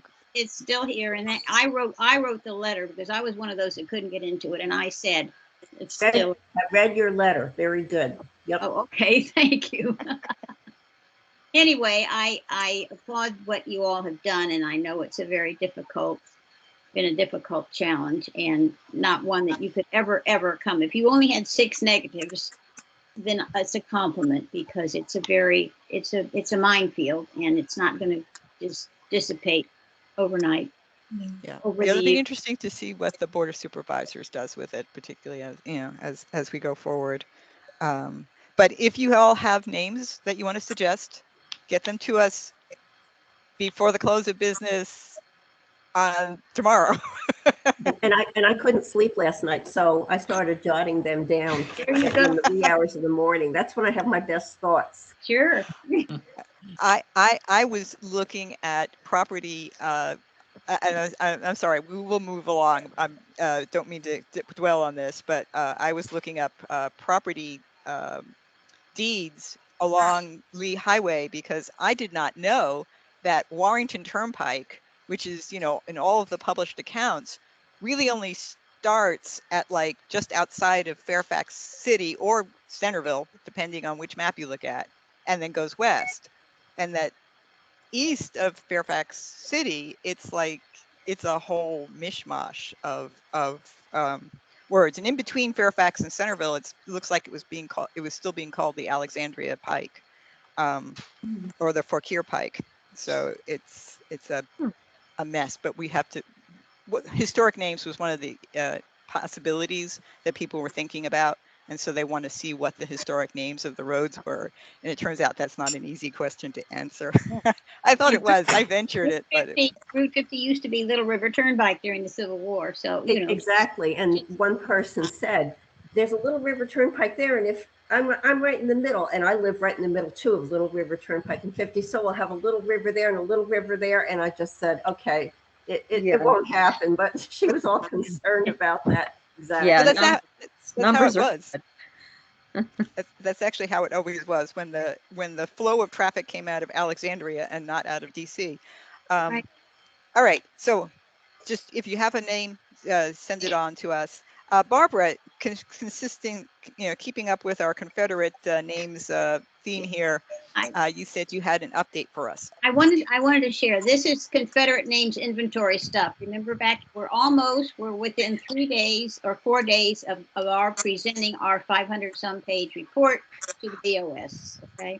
So what I find this very interesting. Cheryl, as current chair, was contacted by a young woman who is a senior at Penn State, and she wanted to talk about our report and how we came about it. And Cheryl asked if I would take it on, and I was happy to do so. And so I spoke with this young woman yesterday.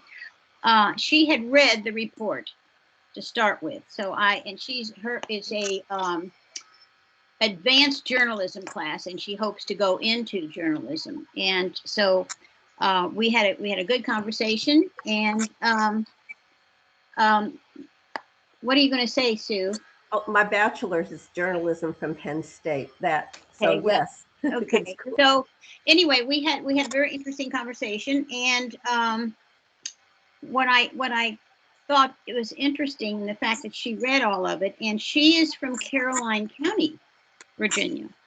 And so I said, is this your senior project? No. I said, well, you've done enough research. You should make it you could start a master's with it. No, it's just, we were supposed to pick something and I'm interested in it and compared with at home, wondering what they're doing. And so she is attempting to look at the different counties within the Commonwealth. So in Caroline, and I said, I'm trying to remember. She said, down by Spotsylvania, it's the shrine to Stonewall Jackson. I said, that's where his arm is buried. And she said, that's right. And I said, I have been there. And and I said, I went with a group of docents from the Smithsonian, and I couldn't get over how some people were so moved and how they had a military burial for this, et cetera, et cetera. And she said, that's right. And she said, and we have a Jeff Davis Highway too. And so what I thought was wonderful is that our work here is influencing people all around. And the fact that it's still being referred to and used. And so I wanted to applaud everybody, because we think maybe it's just, on the shelf in the Virginia room, and it's not. And so it was really fun to talk to someone, and I was going to tell her all about it, but she, yes, she had read it. So anyway, thank you to everybody. And I found it with everything else that's going on, I thought it was wonderful. And this young woman from Caroline County, for all you know, she's going to take our report down there where they could use it, right? So that was it. Thank you. Cool. Thank you for sharing that with us. Appreciate it. That's fun. I'm glad that it was a positive experience. That sometimes, sometimes handing people over to the media, even if it's student media, can be I know. be a problem. Now, careful. So moving over to new business, we've already tabled Lake Anne. Although I guess a little clarification, do you want to present a draft letter for our January meeting? Barbara and Elise, do you want to work on that? To Elise, is that all right to work together? Yes. Okay. And then Denise has sent out a copy of that letter to everybody. Right. And so you'll be able to see it, and we'll be able to discuss it in full next month. And I see the next item, and this was the item I knew I had overlooked, except that I couldn't remember what it was, and I missed it when I was looking at my agenda. So we've received notification or an invitation to be part of a it's not really a consulting party on a memorandum of agreement regarding the proposed Capital One Lounge in Dulles Airport. And I guess I'm actually I sent it to Jordan. Jordan, Yeah, did you ever have a chance to look at that? No, sorry. I've been swamped with my duties as chairman of the advisory council. Yeah. Yeah, and they haven't responded to the comments that we prepared on the Sky Chef. Have they? Right. No, they have not. Yeah. And not that I'm aware of, at least. Yeah. Yeah. So this is another proposed change to Dulles Airport. There, and it's a lengthy report. It is not just a simple memo, like memo that they sent out. And it's I can forward that. I think we may just wind up missing this one. What's the deadline, Cheryl? So that's what I'm thinking, is that it was before January. I think it's December. Okay, well, I mean, I can look it over and write something up for you. It's interior work that they're doing. Yeah, it wasn't entirely clear exactly what they wanted feedback on, and so I'm just wasting everybody's time here at this point because I'm not prepared for it, and we can perhaps weigh in on it. It looked like it wasn't anything critical. It looked like they had already agreed. There's a lovely sculpture inside that the consultants were concerned would be impacted by these renovations. It's already, I think, been agreed that the sculpture, it's a wall, would be preserved and protected, and that there would be an adjustment made in their renovations. So I don't know that it's really critical. And like I said, I apologize. I'm really just wasting people's time at this point. Yeah. No, I apologize for not getting to it. I'll try to get to it before the weekend. If you could just, you sent me all that stuff. I'll look at it. It has the due date in there, I imagine. Yeah. Yeah. So, yeah. So let me get back to you on that. Let me look it over. I mean, it's odd. It would be a memo of agreement. It sounds like it'd be more of a no adverse effect, but let me see what the story is, and I'll get back to you. Yeah. If you, Cheryl, mm-hmm. If you find that it's something that needs attention before that meeting in January, I suppose it's possible we could do a motion that says respond as appropriate. Like we do sometimes, say that we sort of delegate you and Jordan to follow up as appropriate once you've had a chance to look, if the deadline is for the next meeting. Yeah. It would give you Let me also say flexibility. Yeah. Let me just say, Cheryl, in this one, we've got an ace in the hole, and that is that my cousin was one of the architects on the renovation of the airport. So, so he that's where I've got a lot of what I sent to you in all honesty. So let me get with him. He lives here in Fairfax, and find out what he would recommend, and that'll give us a jump on this. I think we can still get it in. So I'll take it on. My responsibility, and my apologies for not getting to it sooner. Well, I sent it to you, Jordan, just because, you've been dealing with a lot of these more, the Section 106 related queries. And it's just Dulles Airport, I guess, really is Sully District, and I didn't have somebody else to delegate it to. And so it slipped through the cracks, and my apologies. No problems. Um, That's what I do. I do when we're sick, so that's fine. I don't know if anybody's comfortable with making that sort of open-ended motion that Anne just suggested. We've certainly done it before, Okay. on this sort of thing. Like, go ahead, Elise. I agree. It's not something that's really of momentous importance to us and to Fairfax County. So I move that on the matter of the proposed Capital One Lounge at Dulles Airport, Chairman Cheryl Repetti and Member Jordan Tannenbaum have made, if a response is needed before the next meeting, may go ahead and respond.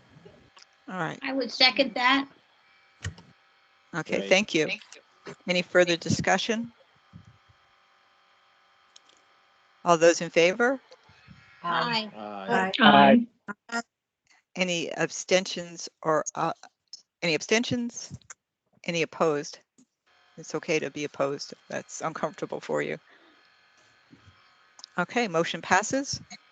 And we'll do that. And I will send this information out to you so that you can see it. And if you have, if something strikes you, please just email Jordan and I, and we'll take that into account. And again, my apologies for not being fully prepared. All right. Another issue I'd like for us to consider, and we don't have to really do it tonight necessarily, but to think about whether or not we want to reorganize this agenda a little bit, and perhaps let our staff reporters out a little bit early, and move their reports up to the top of the agenda before we get to unfinished business and new business. Didn't we And I talk think about that once before, Cheryl? Didn't we talk about that, doing that earlier? I don't know. Not that I recall. I raised it, Anne and is put it raising on. her hand. Oh, Yeah, go ahead. we used to have the new business and old business way down at the bottom, and somebody like Jordan or somebody a couple years ago said, God, it's always like 10 o'clock by the time we're talking about these most important things that we do all night. And so wouldn't it be good to do them while we're fresh? That was the one, that was where it started. Yeah, and I can see that. I mean, that that makes sense. You don't want to go ahead, Esther. I move that we rearrange the agenda, letting our president, arrange it so that staff is at the beginning of the meeting. I second. I'm sorry, who was that? Who seconded? Ann Barnes? Anne, thank you. Mhm. Okay, any discussion on that? Further discussion? I'd like to speak to it. Thank you. Yeah.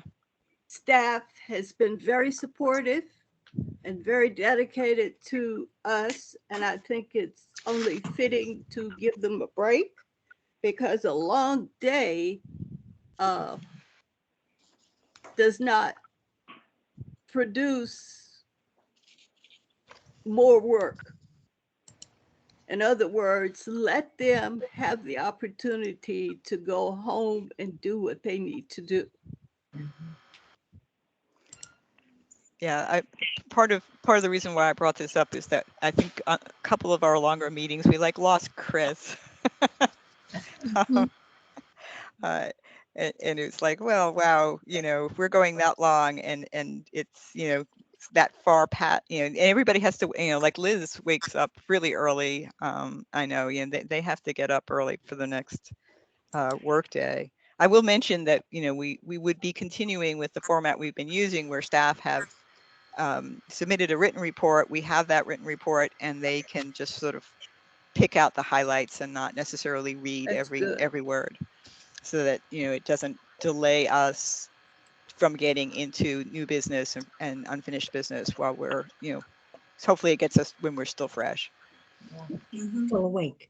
And some of these staffers do have other meetings. We are not the only meeting. In fact, Liz and some others have almost constant night meetings, and I know they don't make up the time. So I think that we should respect that. So I think the secret, anything we can do, obviously, to make our meetings not go as late as they do would be beneficial. I really think that we ought to try to make that a priority. And what I have done in some cases is to, send out meeting reports before the meeting. People look at it. If there's anything that they want to discuss, they do it. Otherwise, they have the report and that's enough. We're rather repetitive because we have these, some of them are written and then we go over the same written material. And I think that we could save time if we do that. These reports go out a little bit earlier, people look at them, and if there are issues, of course, if there are important issues to discuss, that's one thing, but I think just reporting could go a lot faster. Yeah. And realize that these reports are in the share file before. I mean, I only put them into that expanded agenda. Unfortunately, I've been, not getting that out except on the day of the meeting, and not getting it out early. But those reports are in the share file earlier than my than tonight, than the date of the meeting. So that's what I would think we should do. So maybe we should vote? Sure. I was going to say, if there's no further discussion, we can call the question. All those in favor to moving the agenda, to reorganizing the agenda so that staff reports come after the treasurer's report. All those in favor say aye. Aye. Aye. Aye. And I'm sorry, that was I did sort of reword somebody's motion there. Strictly speaking, I'm sorry about that, but I just wanted to clarify where we were talking about. Mm-hmm. Go ahead, Jordan. Sorry. I just say I would have added on, and every attempt will be made to streamline the process and only, and not language that they're not repeating what's already in the report, but we'll only deal with the items that we'll ask for comments on the report, but every attempt will be made to go through them as quickly as possible, realizing that they have already been submitted a week earlier or something like that. Yeah, I thought that was the whole point of our having things submitted early and having it in the share file, was so that we could come to the meeting prepared and not rehash everything. Right. Yeah. That's what I thought. The burden, yeah. The burden is on us to read the share file, and it's very easy. You just do it. Yeah. You just add that to your district commission time for the day. Yeah. Besides, we already voted on it as it is, so I think it's time to move along. Yeah. So we have Agreed, at least. Yeah, that's right. So actually, we were in the middle of voting. So we had just for the record, all those in favor say aye. Aye. Any opposed? I'm unopposed. You're opposed?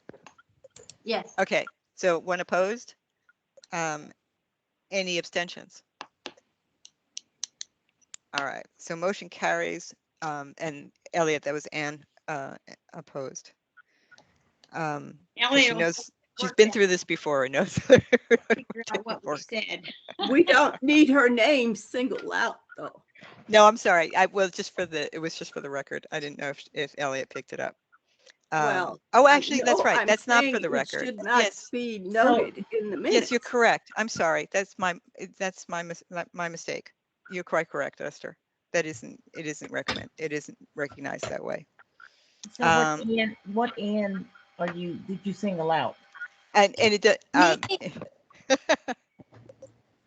yeah, no, I'm sorry, I just missed just created a requirement for the record that wasn't there. All right. Liz. Fairfax County Park Authority report.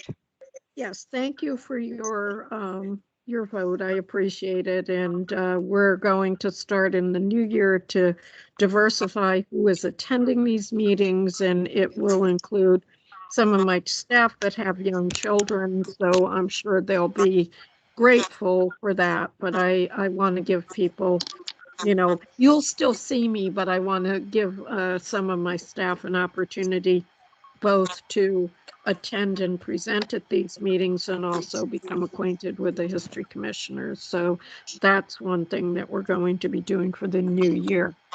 In the spirit of full disclosure, I was remiss and did not submit my report ahead of time.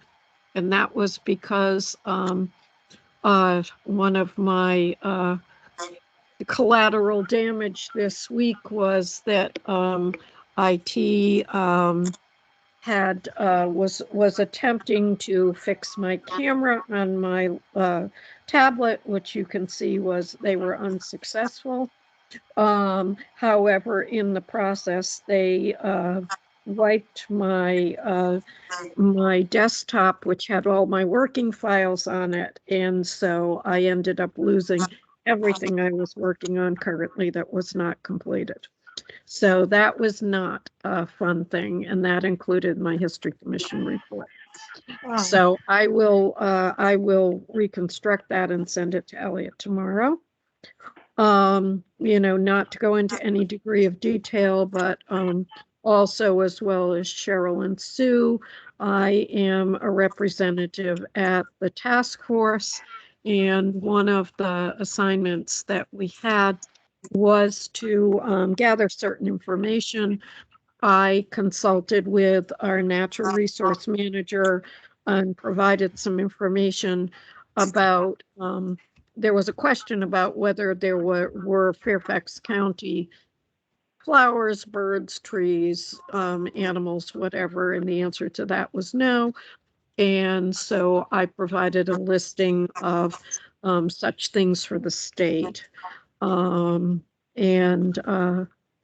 there are all kinds of things like the state bat and the state fossil and things like that. But I think that some of that is not what we would name or propose to name a highway for. The other thing is I did, after last night, it was suggested that we provide names of Native American tribes, and I reached out to Rose Paladin. I wanted to see actually input from, you know, a Native American who was part of Fairfax County. And we had a lovely discussion this afternoon, and I did forward that along to Malcolm, who will be then sharing it with the task force. So I did do that. Other things, real quickly, I am working with Denise on Gulf Springs, on their small group. Also, you know, our work pretty much has continued from last month, which is continuing to work on our archaeological project at Riverbend Park. We are, if weather cooperates and we can keep the staffing, we are looking at about another 3 or 4 months in the field, and then probably another 3 months beyond that to complete the report. So that will give us pretty much a working knowledge, and for our folks who are familiar with National Historic Preservation Act, a Section 110 like survey of the park. So what we're trying to do is to gather resources and information so that for future impact projects and things like that, we have the information at our fingertips to make initial kinds of recommendations. And we're continuing to work on our collections and other such things. And so we're keeping very busy, and as always, are grateful for the support of the History Commission. So thank you very much.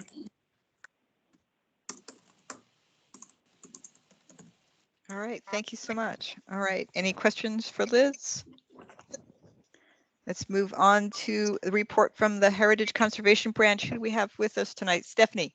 Hi, everyone. Can you hear me? Yes. Perfect. I also echo Liz's appreciation for moving the staff report. So thank you. Just a few updates for tonight.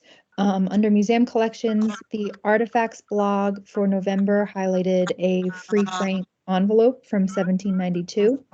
And the museum collections manager attended a conference called Inalienable Rights, Free and Enslaved Blacks Crafting a Life in the Shenandoah Valley. For the Historic Sites Volunteer Corps, a successful landscape cleanup event was held at Mount Ayr.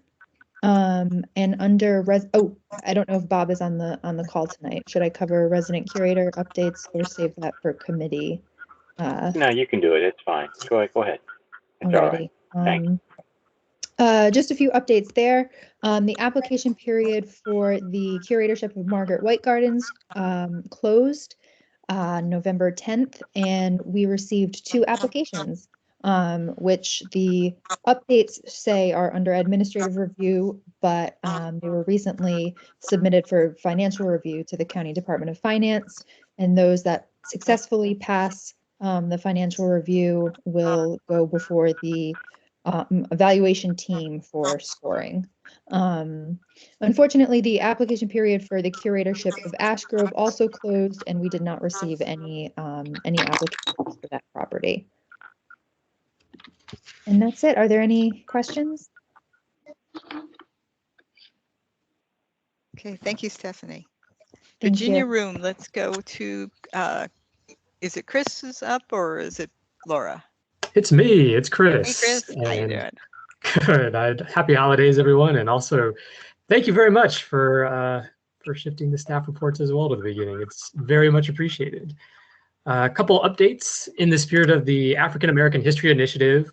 We just launched last month a new LibGuide page that highlights Fairfax County Black history resources that are in the Virginia Room, such as school yearbooks, books themselves, photographs, subject files, all kinds of things like that. And it's a work in progress. It's not an exhaustive list, but we'll be continuously updating it. And then we've got 2 new finding aids to some slide collections that we've had for years that have never seen the light of day.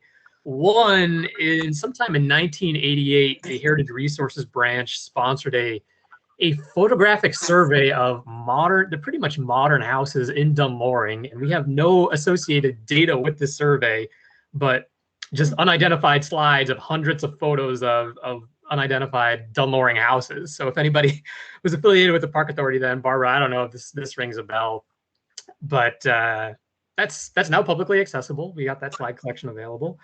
And then we also had a slide collection since the 1970s. It's actually part of the larger photographic archive of Fairfax County, Virginia, but it's called the Slide Collection.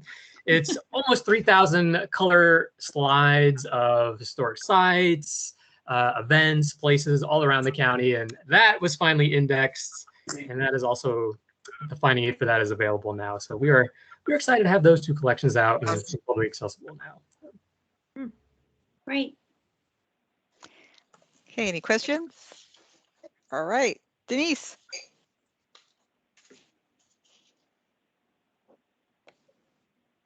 Hi, everybody. I'm grateful that you're letting everybody else go early. I will Sorry be about here that, with you Denise. till the end, We're but that's sorry. okay. That's okay. No, it's absolutely fine. So you received my report. The only update that I have is that the poll results for the Holland Hills potential HOD will be presented at the work group meeting on Monday, December 6th. So that's the only update that I have from the written report. Happy to take any questions. Okay, thank you. All right, Denise, I do have a quick question. You have this item on the county attorney is reviewing the bylaws and Yes. the ARB bylaws. I mean, weren't we done with that? Yes. Yes, we were. We thought we were. I just wanted to make sure it was actually supposed to be there and it wasn't like left over from 3 months ago or something. No, okay, so they're looking at us all over again. Oh, fun. Yeah, I think they're looking at the two board bylaws together, specifically at that section 106 policy process piece. Thank you. Welcome. All right, so now we can move on to Anne and the nominating committee. Okay, as you might have seen in your emails, we have a wonderful slate to offer for 2022, and that is Chairman Cheryl Rapetti has agreed to serve another year. Oh, before I say anything, let me give you time to think about nominations from the floor. I know and you can self-nominate. I know many of you are eager to serve, so just wave your arms around. So Chairman is Cheryl Rapetti. Vice Chair Lynn Garvey Hodge has agreed to serve another year. Secretary Steve Sherman has agreed to serve another year. And I'll tell you, Barbara Peters is devastated that she's not allowed to serve another year under the rules. So I'm thrilled to tell you that Sue Kovacs-Schumann has agreed to run for treasurer for a year, and you're limited to 3 years, so don't get too excited. So I will now take nominations from the floor. Waiting. Okay, and now do I do the vote or do you do the vote, Cheryl? You do the vote because you're chairman. I have no idea. I mean, I Actually, I think Anne, you do. Yeah, I think. Make a motion. How about I make a motion that we accept all these people? You What accept- about that one? You move. I'm a member of the committee. I will move acceptance of the slate of officers for 2022. Well, second. Second. Well, we all second. So. I think that was Barbara Peters who seconded. Yes. Any discussion? I almost turned off my camera when you asked for nominations from the floor. All right, well then. Radio Cheryl, silence. Shall we take a vote? Yes. Sure. All in favor, say aye. Aye. Aye. Anyone opposed? Okay, thank you, everybody who's agreed to do this. We'll all support you. Hear, hear. Got it. Thank you. Well, the Thank first you. thing I need to do is find out where this found money came from that Barbara found. That sounds Right, like a exactly. good thing. The money just appears. Well, It's a good way to start. As long as they don't want it back. Exactly. You'll have a good tutorial there in terms of problem solving. Lynn, did you want to speak a little bit about your position Sure. at this point? Or Yeah. No, I have no problem with that. So I have a neat opportunity that has fallen my way in the last actually 24 hours. Springfield District. Can I make an announcement? Can I, Cheryl, can I go into more detail or just talk about me? I'll just talk about me. I mean, I don't really know what you want to do. I just, Okay. I just figured this was an appropriate time to mention how it is that you can continue for next year. Sure. The Board of Supervisors has a meeting on Tuesday at which I will be either named as a commissioner at large or the Historian 1 commissioner. And that is currently in the chairman's office to make that decision. So I'm not quite sure. But for sure, I will be back, and happy to say that, because we've got a lot of good work to do. And I know I serve on a couple of really awesome committees, and I'm anxious to be able to do that and to continue to support you too, Cheryl. So any other things you've heard flying around, come see me. We can talk offline about it. So why is there a change? Okay. Would you all like to know? This is going in the minutes, so it's kind of awkward. Pat Harry. What? I said, I'm sorry. You don't have to say anything you don't want to say, because everything is being recorded.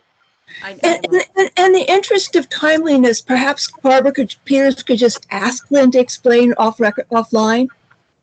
Good idea, I have a Elise. feeling this may cause a fuss. I don't know exactly what you're talking about, but I can guess.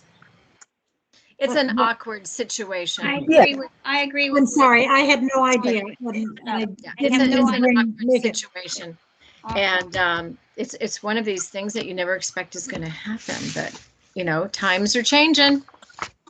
So anyway, okay. So you guys will continue to see me. So should I go ahead with History Conference and Awards? Yes, absolutely. Okay. Thank you. All right. I don't know how many of you had a chance to watch the History Conference. I hope you enjoyed it thoroughly. Esther and I can't sit down anymore because we totally worked our butts off on this conference. It was just, right, Esther, an amazing day. The things that kind of were kafluis in the weeks before were just amazing. Every year I seem to end up saying that this was one of the most difficult conferences, and I would say this year was right at the top. Yeah, I mean, it really was. I was sitting there on the set on Saturday morning, and it was 9:06, and I said to the camera guys, so why aren't we recording? Why aren't we doing it?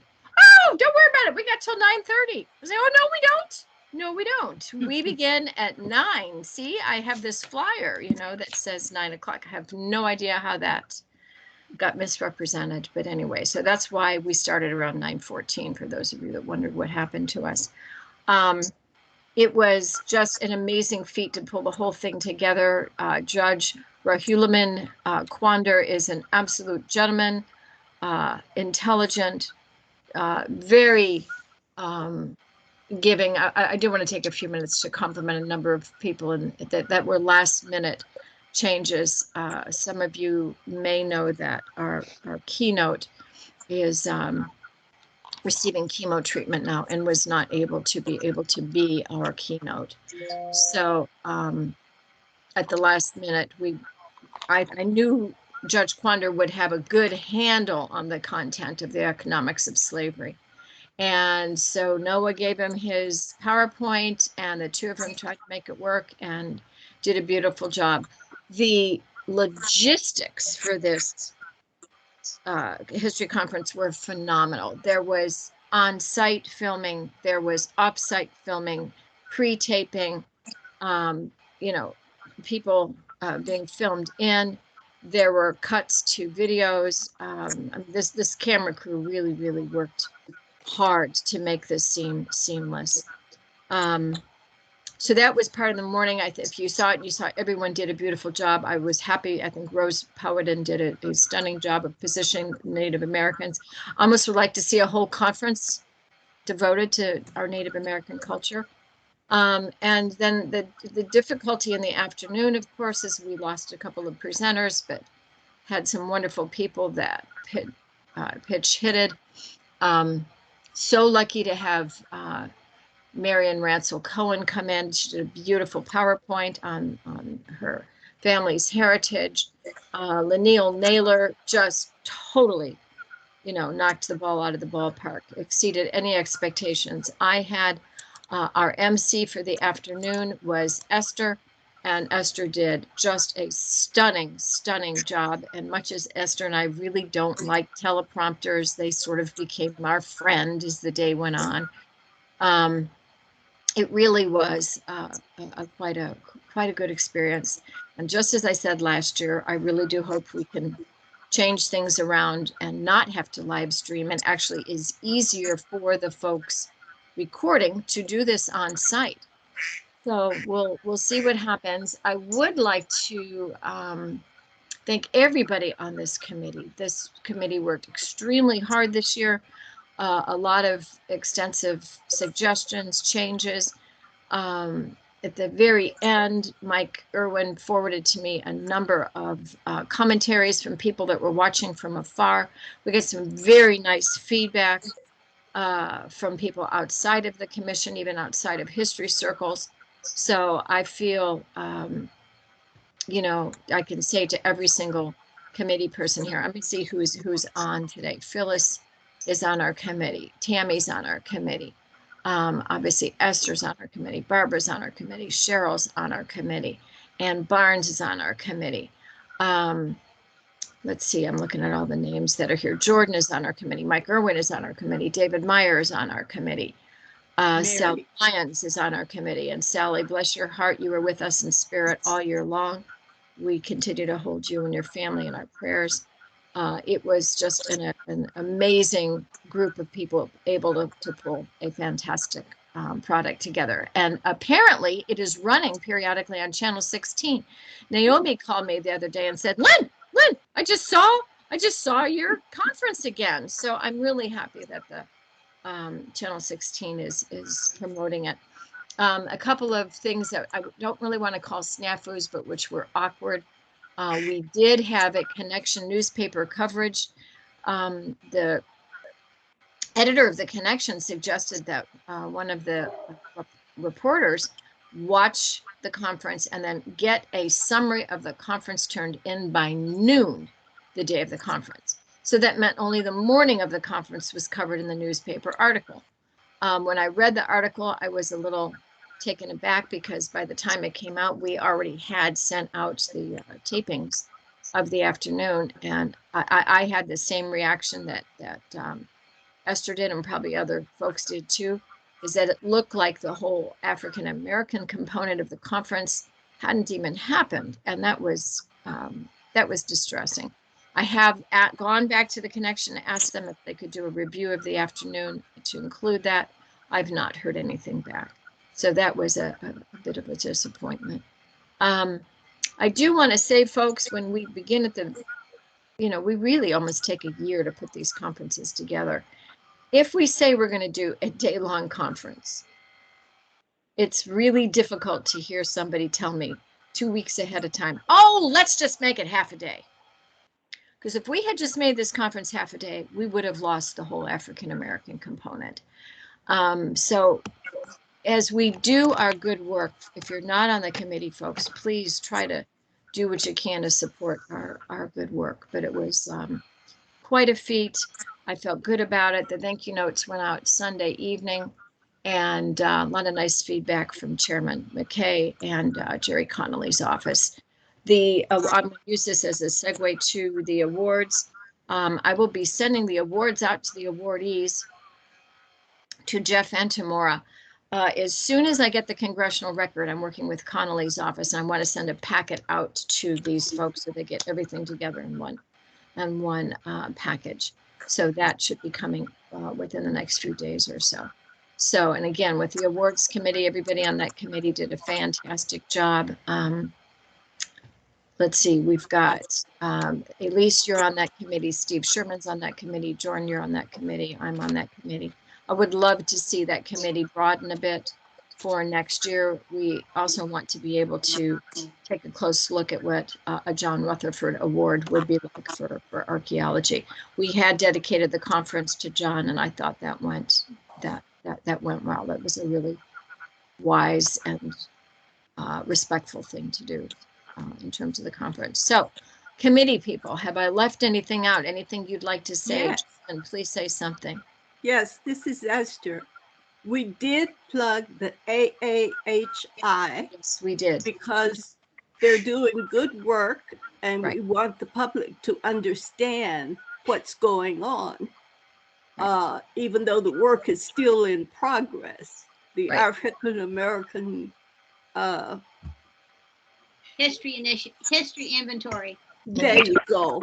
Thank you, Barbara. You're welcome. You're welcome. I've learned the acronym. I don't know the words. That's So okay. so we were happy to plug it so people would know that research is going on. Thank you. Yeah. Anybody else from the committees want to speak up? No. No, I get a no from somebody.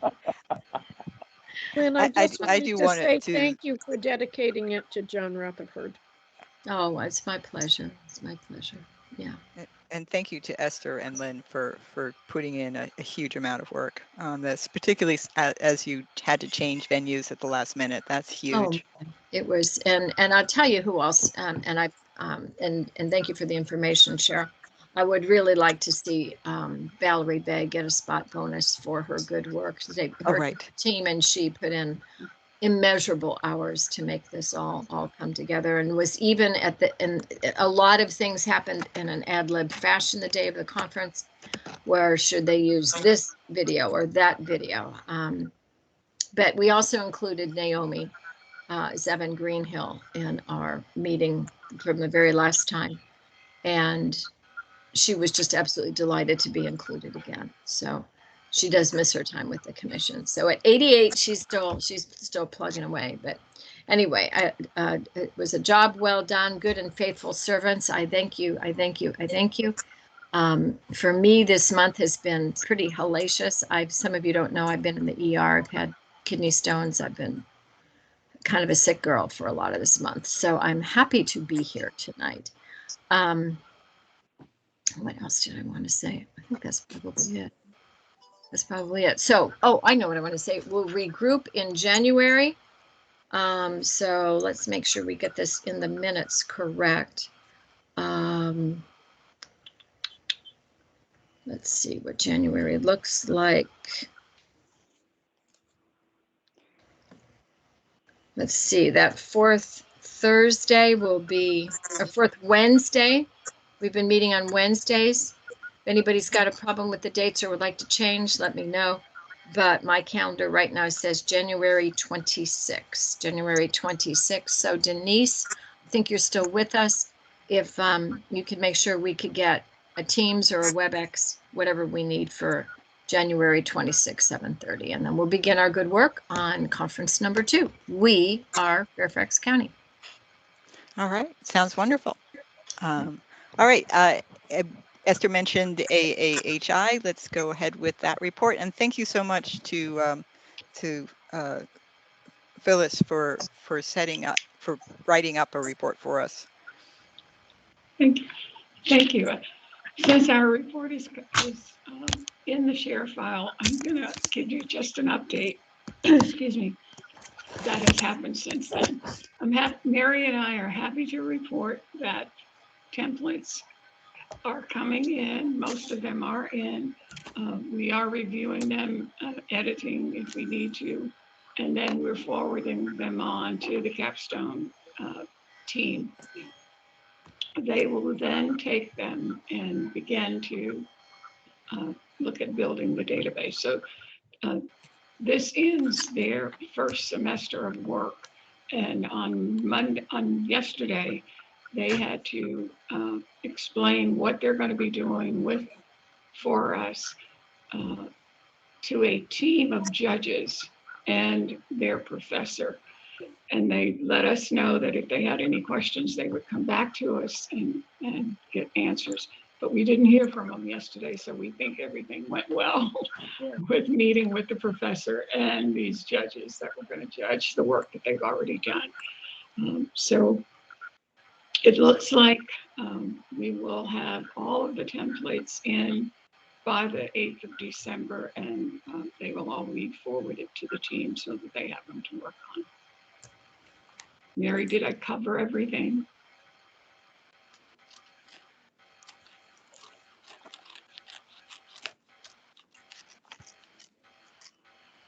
Mary's on mute. Ah, there we are. Yes, I'm sorry.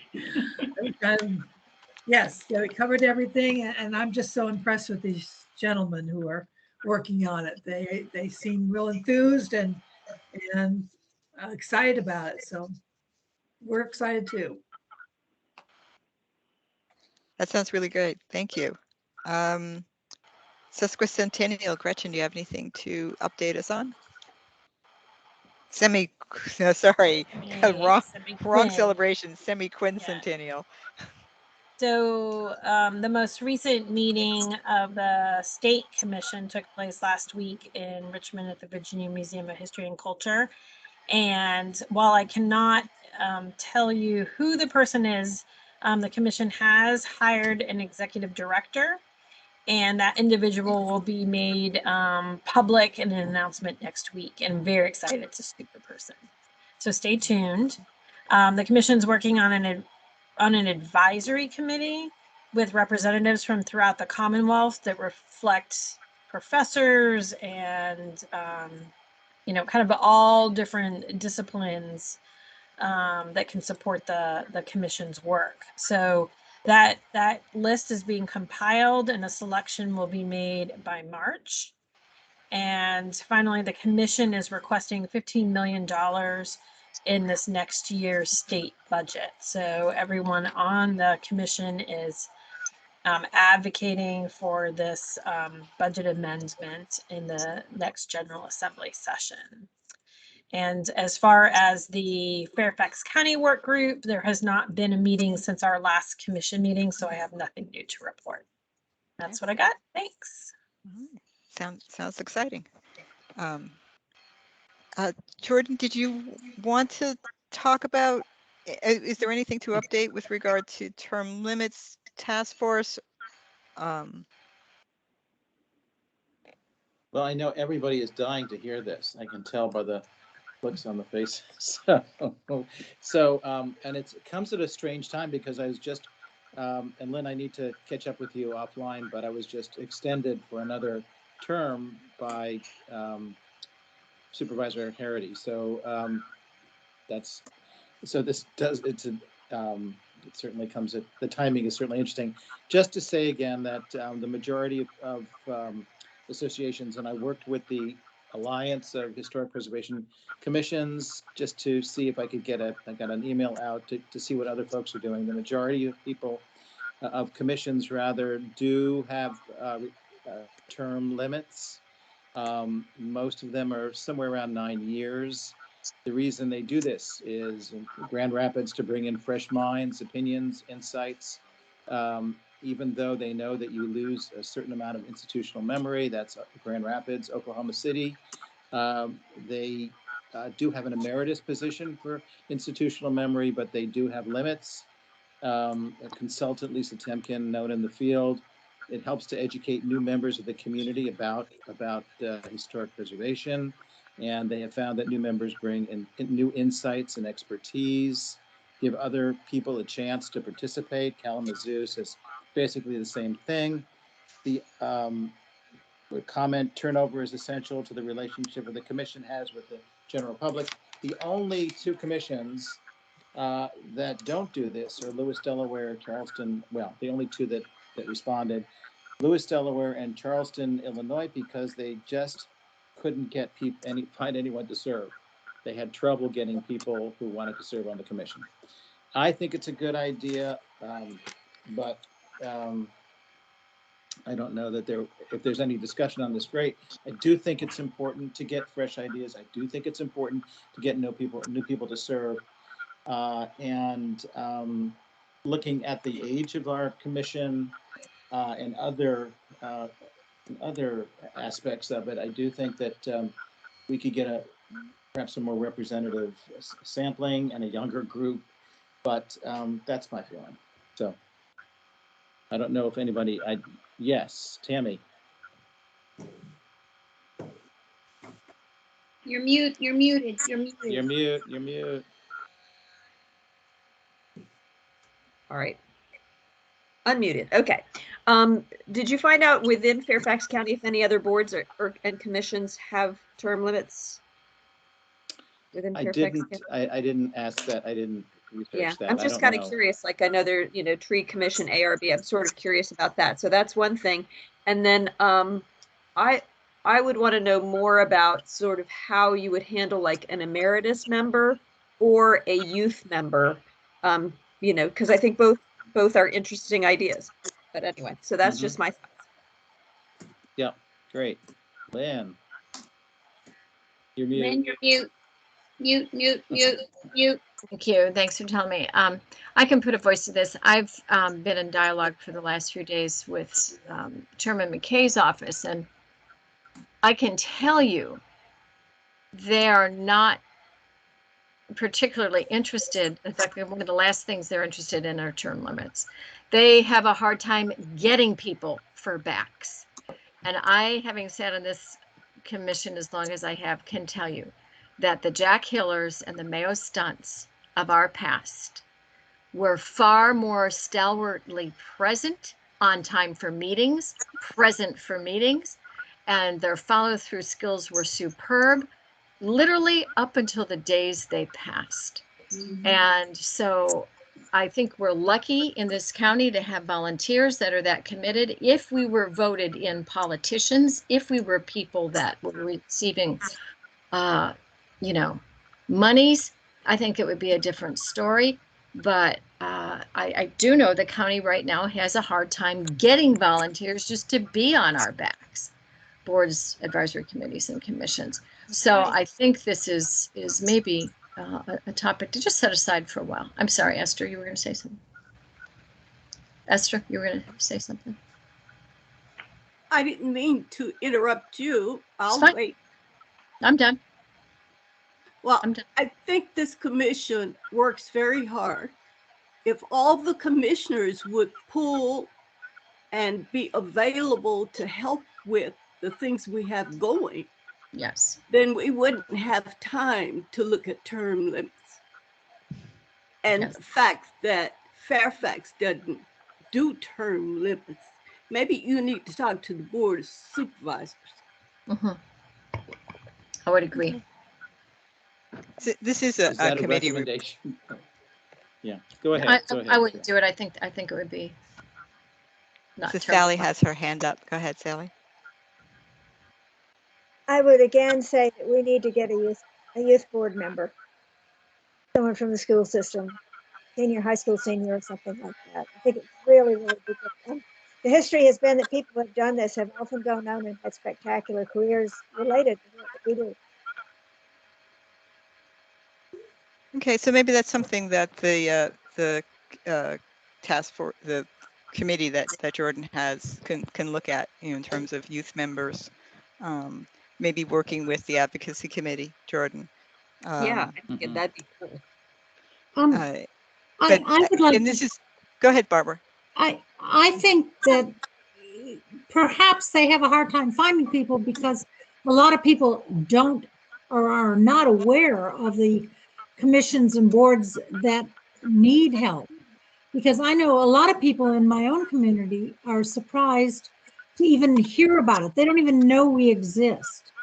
And I think that there are people that would be willing and interested if that was more public and more available to them to volunteer.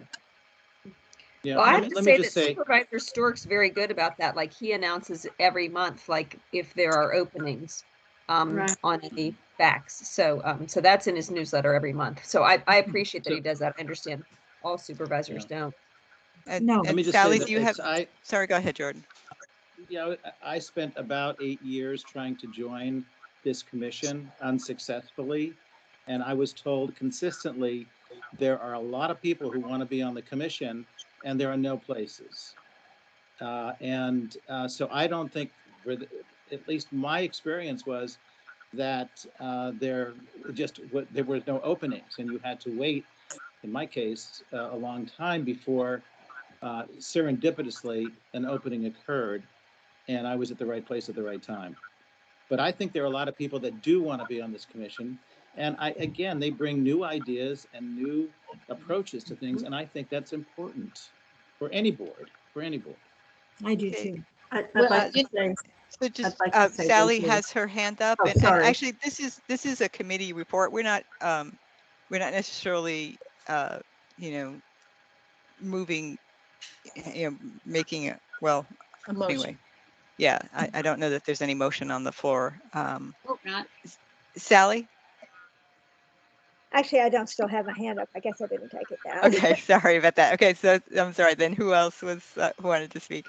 I just wanted to say something that I got reappointed till the end of 2024, but I did it after a conversation with my supervisor and her aide, and I am trying to find someone younger and to mentor and to take this over in 3 years, because I believe there's a recognition in Providence District that needs to be for continuity.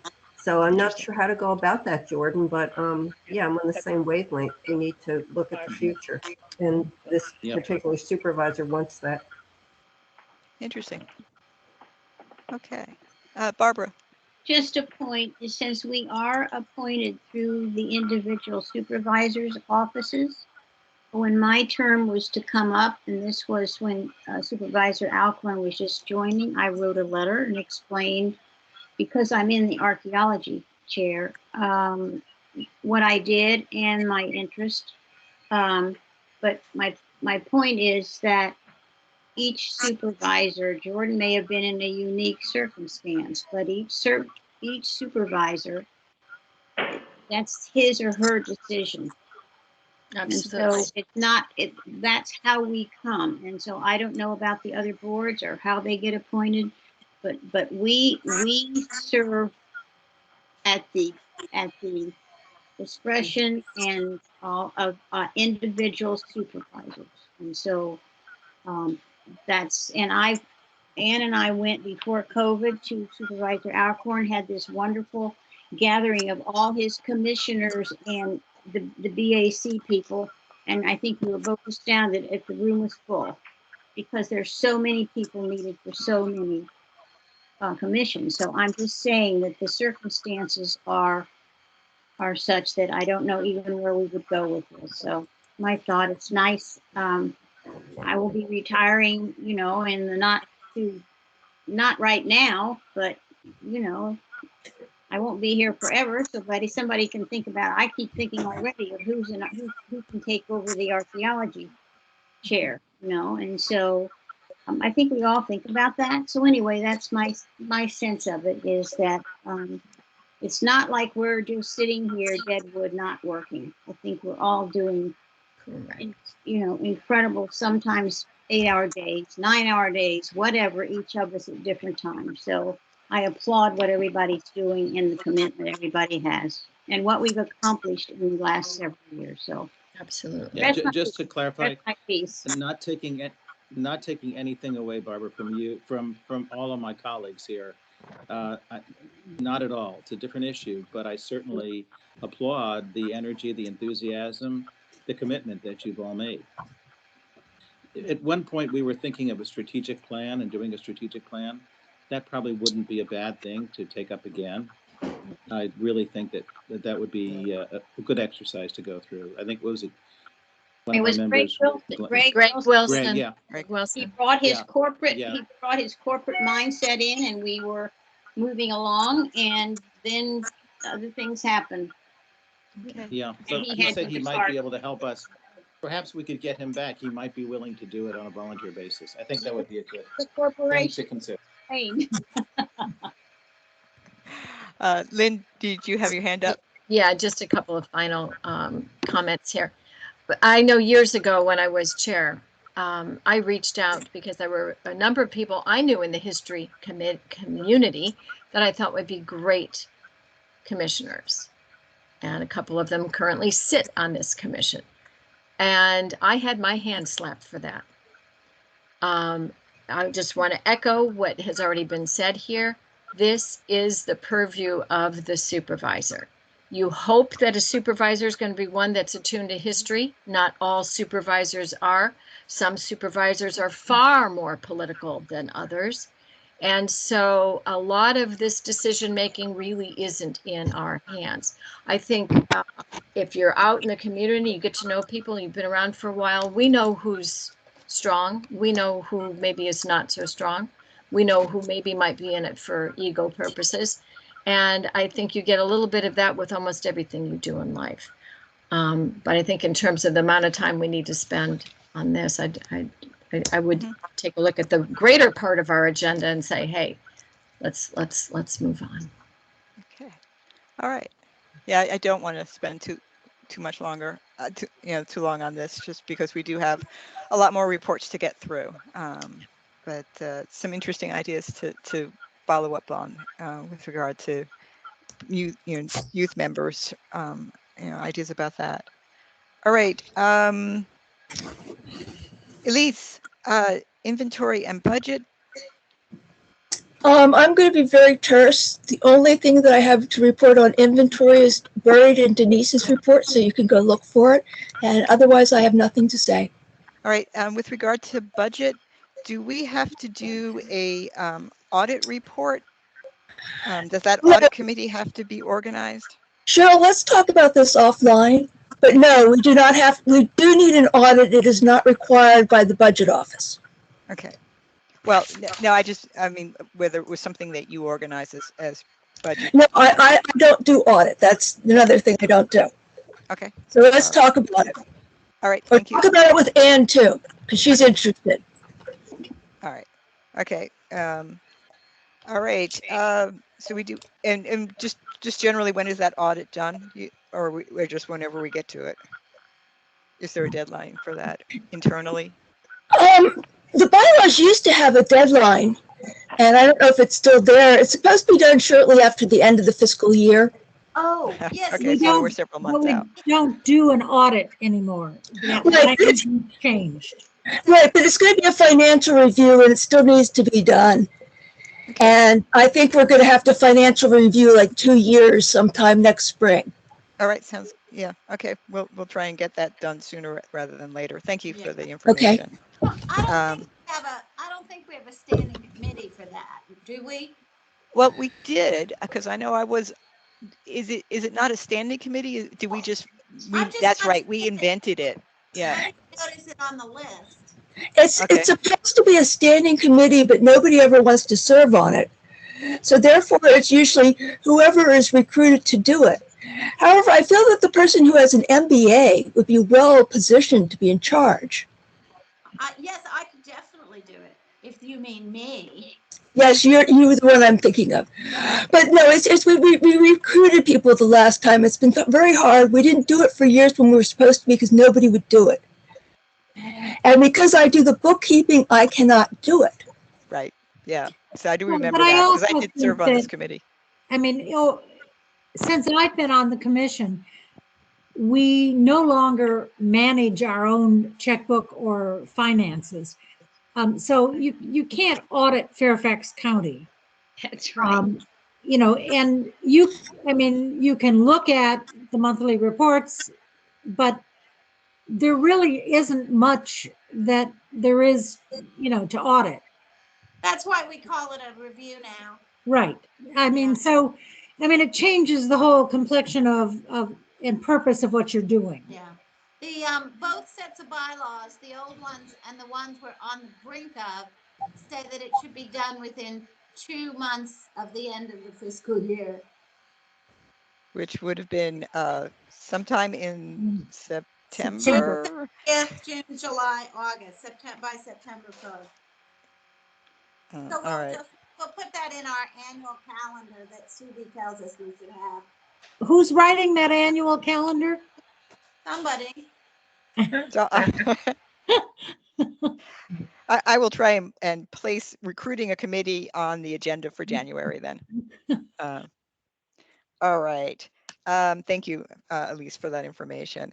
And anything on annual reports that you want to make any comments about? No, I'm going to cope with all that in the new year. Okay, sounds good. And we're going way long again. Okay. Yep.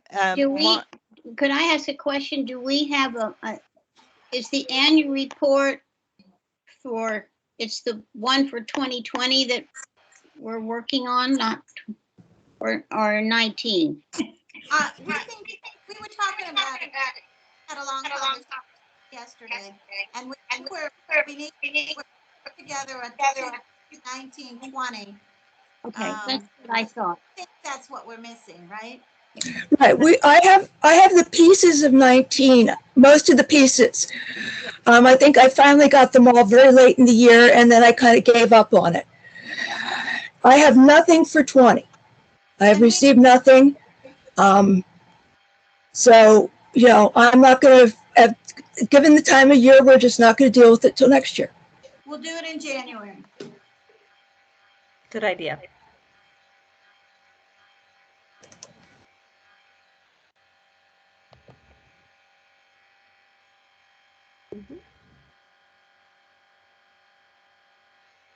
Whoops, is Cheryl muted? I am muted, sorry. Mary Lipsy, marker committee, and I skipped marker contest. I did that accidentally. That's Apologize. okay. I just want to say, before I start my reports, thank you, Barbara Peters, for 3 years of being the treasurer and handling that and the challenges that has been made from the county, et cetera. So just thank you, Barbara, for doing that. History marker contest. I have been asking them for like a change in name, and it has happened. It's now the History Marker Project. The difference is that we're trying to focus on that there's not a winner to this. A small group is going to meet hopefully early next week to actually get the framework for this project. And part of this umbrella of the inventory and the history project, they're going to encourage people to do interviews or write their life stories. There will be a website set up. As soon as I get the address, I'll send it out to you all. But at that website, they'll ask people to sign up for interviews at their clubhouses, which they have staff at, et cetera, to work on interviews, or people can write in and give an interview for the project. And hopefully this will also develop into a sort of a timeline for Fairfax County. That is something that we're not working on. It's curriculum specialists, et cetera.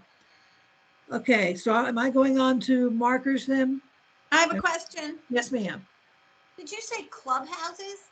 That's what they call them. At each of the community centers or after school, and there's Fairfax County staff.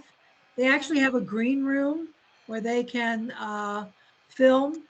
And beyond that, I'm not sure what else happens at the clubhouse, but that I know. So they're at all the community centers. Okay, nice. Okay. Okay, any other questions on that? Okay, for the markers, the Civil War Frying Pan Meeting House marker needs repainting. It will cost $800. I've contacted the Park Authority, since this is a Park Authority sign, about actually removing the sign and getting it back to the boundary. They're going to let me know hopefully soon on that, and whether I didn't ask them if there's going to be a charge for it, but once I know the total, whether it's just going to be $800 or more, I'll bring a motion for that to happen. And the whole process will take about 8 to 12 weeks for that. So we'll get that repainted. There are 5 markers out there in draft form. They're in different stages of completion. Pleasant Grove is finished, but we're still waiting on FMD and VDOT to agree on a maintenance agreement. So until that's agreed upon, I didn't want to put the committee through trying to look at a marker that we don't have a place to put it yet. So once we do, we'll go forward with that. The others are Carol Herrick has submitted Drainsville Tavern and Contraband Camps. Annandale United Methodist Church has submitted, is working on one, and Wiley's Tavern is also in the works. So that's not marker contest. Those are, just coming through the regular pipeline. And I was wondering, and I don't know who to ask about this, but is it possible for our website, History Commission website, if we could put a submission form for the marker text and a way for them to add the documentations? It certainly would make it easier for committee members to have this information, ahead of time before any committee, and people could read it, etc. So I don't know who to ask about that, but to have it such that, someone who lives in Springfield and wants to nominate a marker, they would write the text, put it on, onto the website, and also the documentation to go with it. So it's a question. Sorry. Okay, so I don't know who to ask. So Subi is our, Right. our webmaster, so you would go through her in terms of Okay. getting a website change. I will say that the way those forms usually work, I suppose you could put in multiple emails. So you get an email when somebody submits a form. Right. But I was going to say that it would wind up being to the chair, but I think actually I take that back. I think it could go through all the committee members, and that would just Right. have to be periodically updated as committee membership changed. Yeah, that would be my worry, that, people would have to then constantly be checking the website unless they were all getting all the contact, information. So the submission would be emailed directly to you. That's how those forms work on websites. So Okay. it does mean that you get junk as well. Sorry, I'm used to it. Not from the History Commission, but other places. Yeah. So, the other thing is the Civil War trail markers. I know everybody, Gretchen and Cheryl and I have been really slammed, but I went back and reread the attorney's answers to our questions. And I just want to share with the History Commission, and I'll put this in, I'm sorry, it'll be an after meeting committee report, but basically it's going to be marker by marker, excuse me, decisions. Because of the location, because of the ownership, etc. So as we've gotten one from Drew Gruber, Ann and I know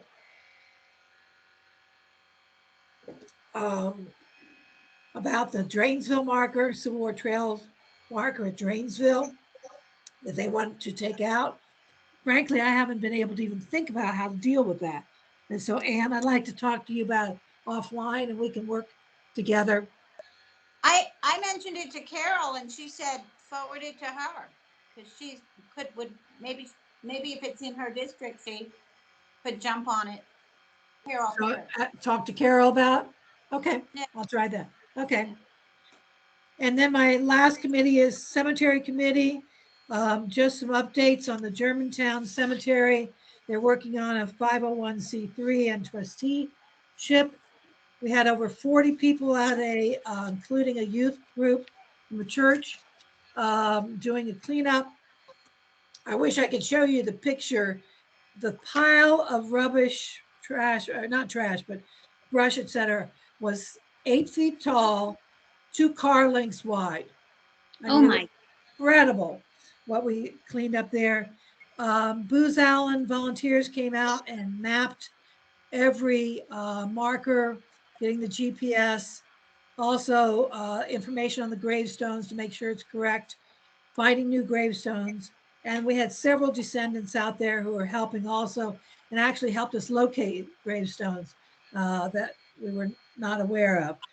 So the next plan for that is that wreaths are going to be made, and we'll have wreath laying at Germantown in the morning on December 18th, and they're going to make enough wreaths that we'll do the sons and daughters at Pine Ridge Park on that afternoon. So December 18th in the morning at Germantown, and sons and daughters at Pine Ridge Park in the afternoon, and I will get out information to Cheryl if anybody, would like to come there. And also the Fairfax County Cemetery Preservation Association is working on organizing a consortium of cemetery preservation groups in Northern Virginia. And we'll be looking to have our first virtual, probably Zoom meeting in February or March. But we're trying to get all these other organizations in Arlington, Alexandria, Stafford, et cetera, to combine our ideas and, share our problems and see what we can do is to preserving these cemeteries. So that's in the works too. And that's the end of my reports. If anybody has any questions. I actually had one, Mary. When you talked about the Booz Allen folks doing the GPS, Yes.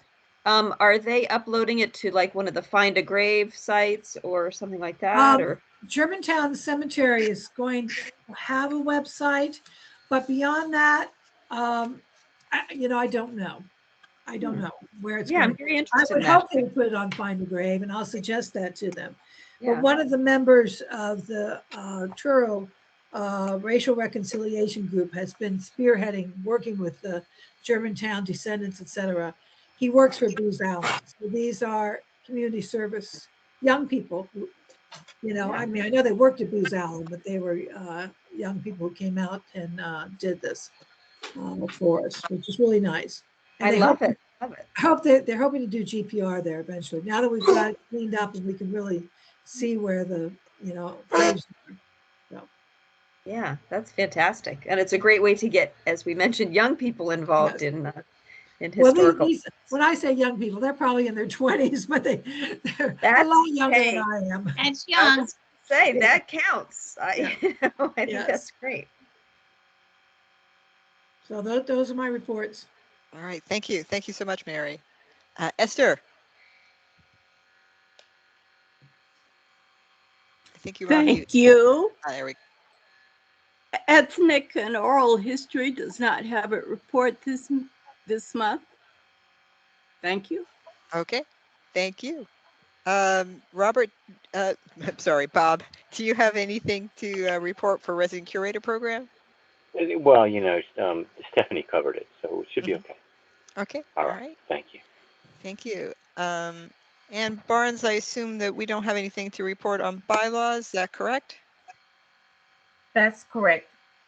All right. I don't have a anything to question. report.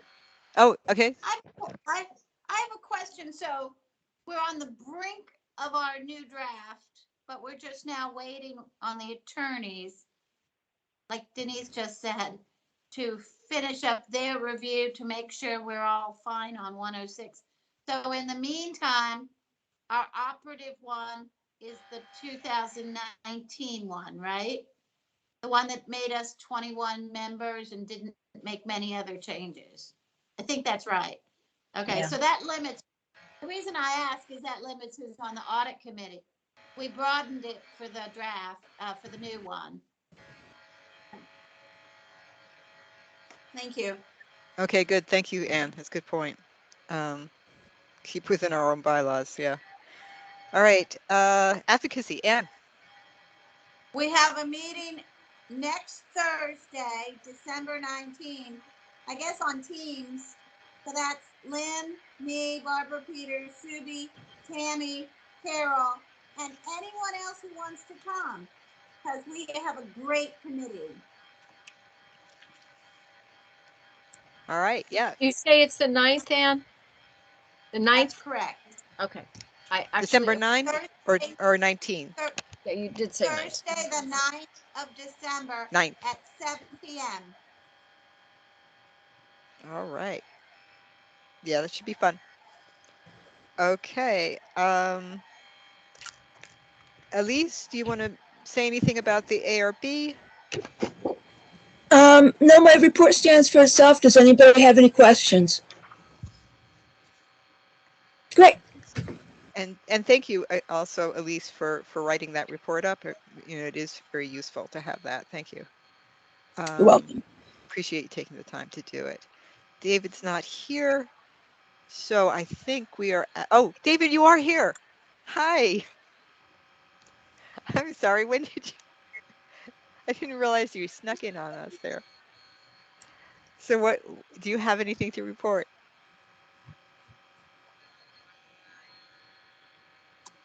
I don't see him. I don't either. I don't believe he's really there. I don't You're see. muted, David. David, we can't hear you. So we have audio, video, but not audio. So he's working on that. I don't even see him. So I can see that you're muted, David. So if you can just. It's not me, is it? Does it? It doesn't come up as me, does it? No, you come up as you, Elliot. Okay. David shows as an attendee with his mute on. Now With a can you hear me? green blazer. I hear him.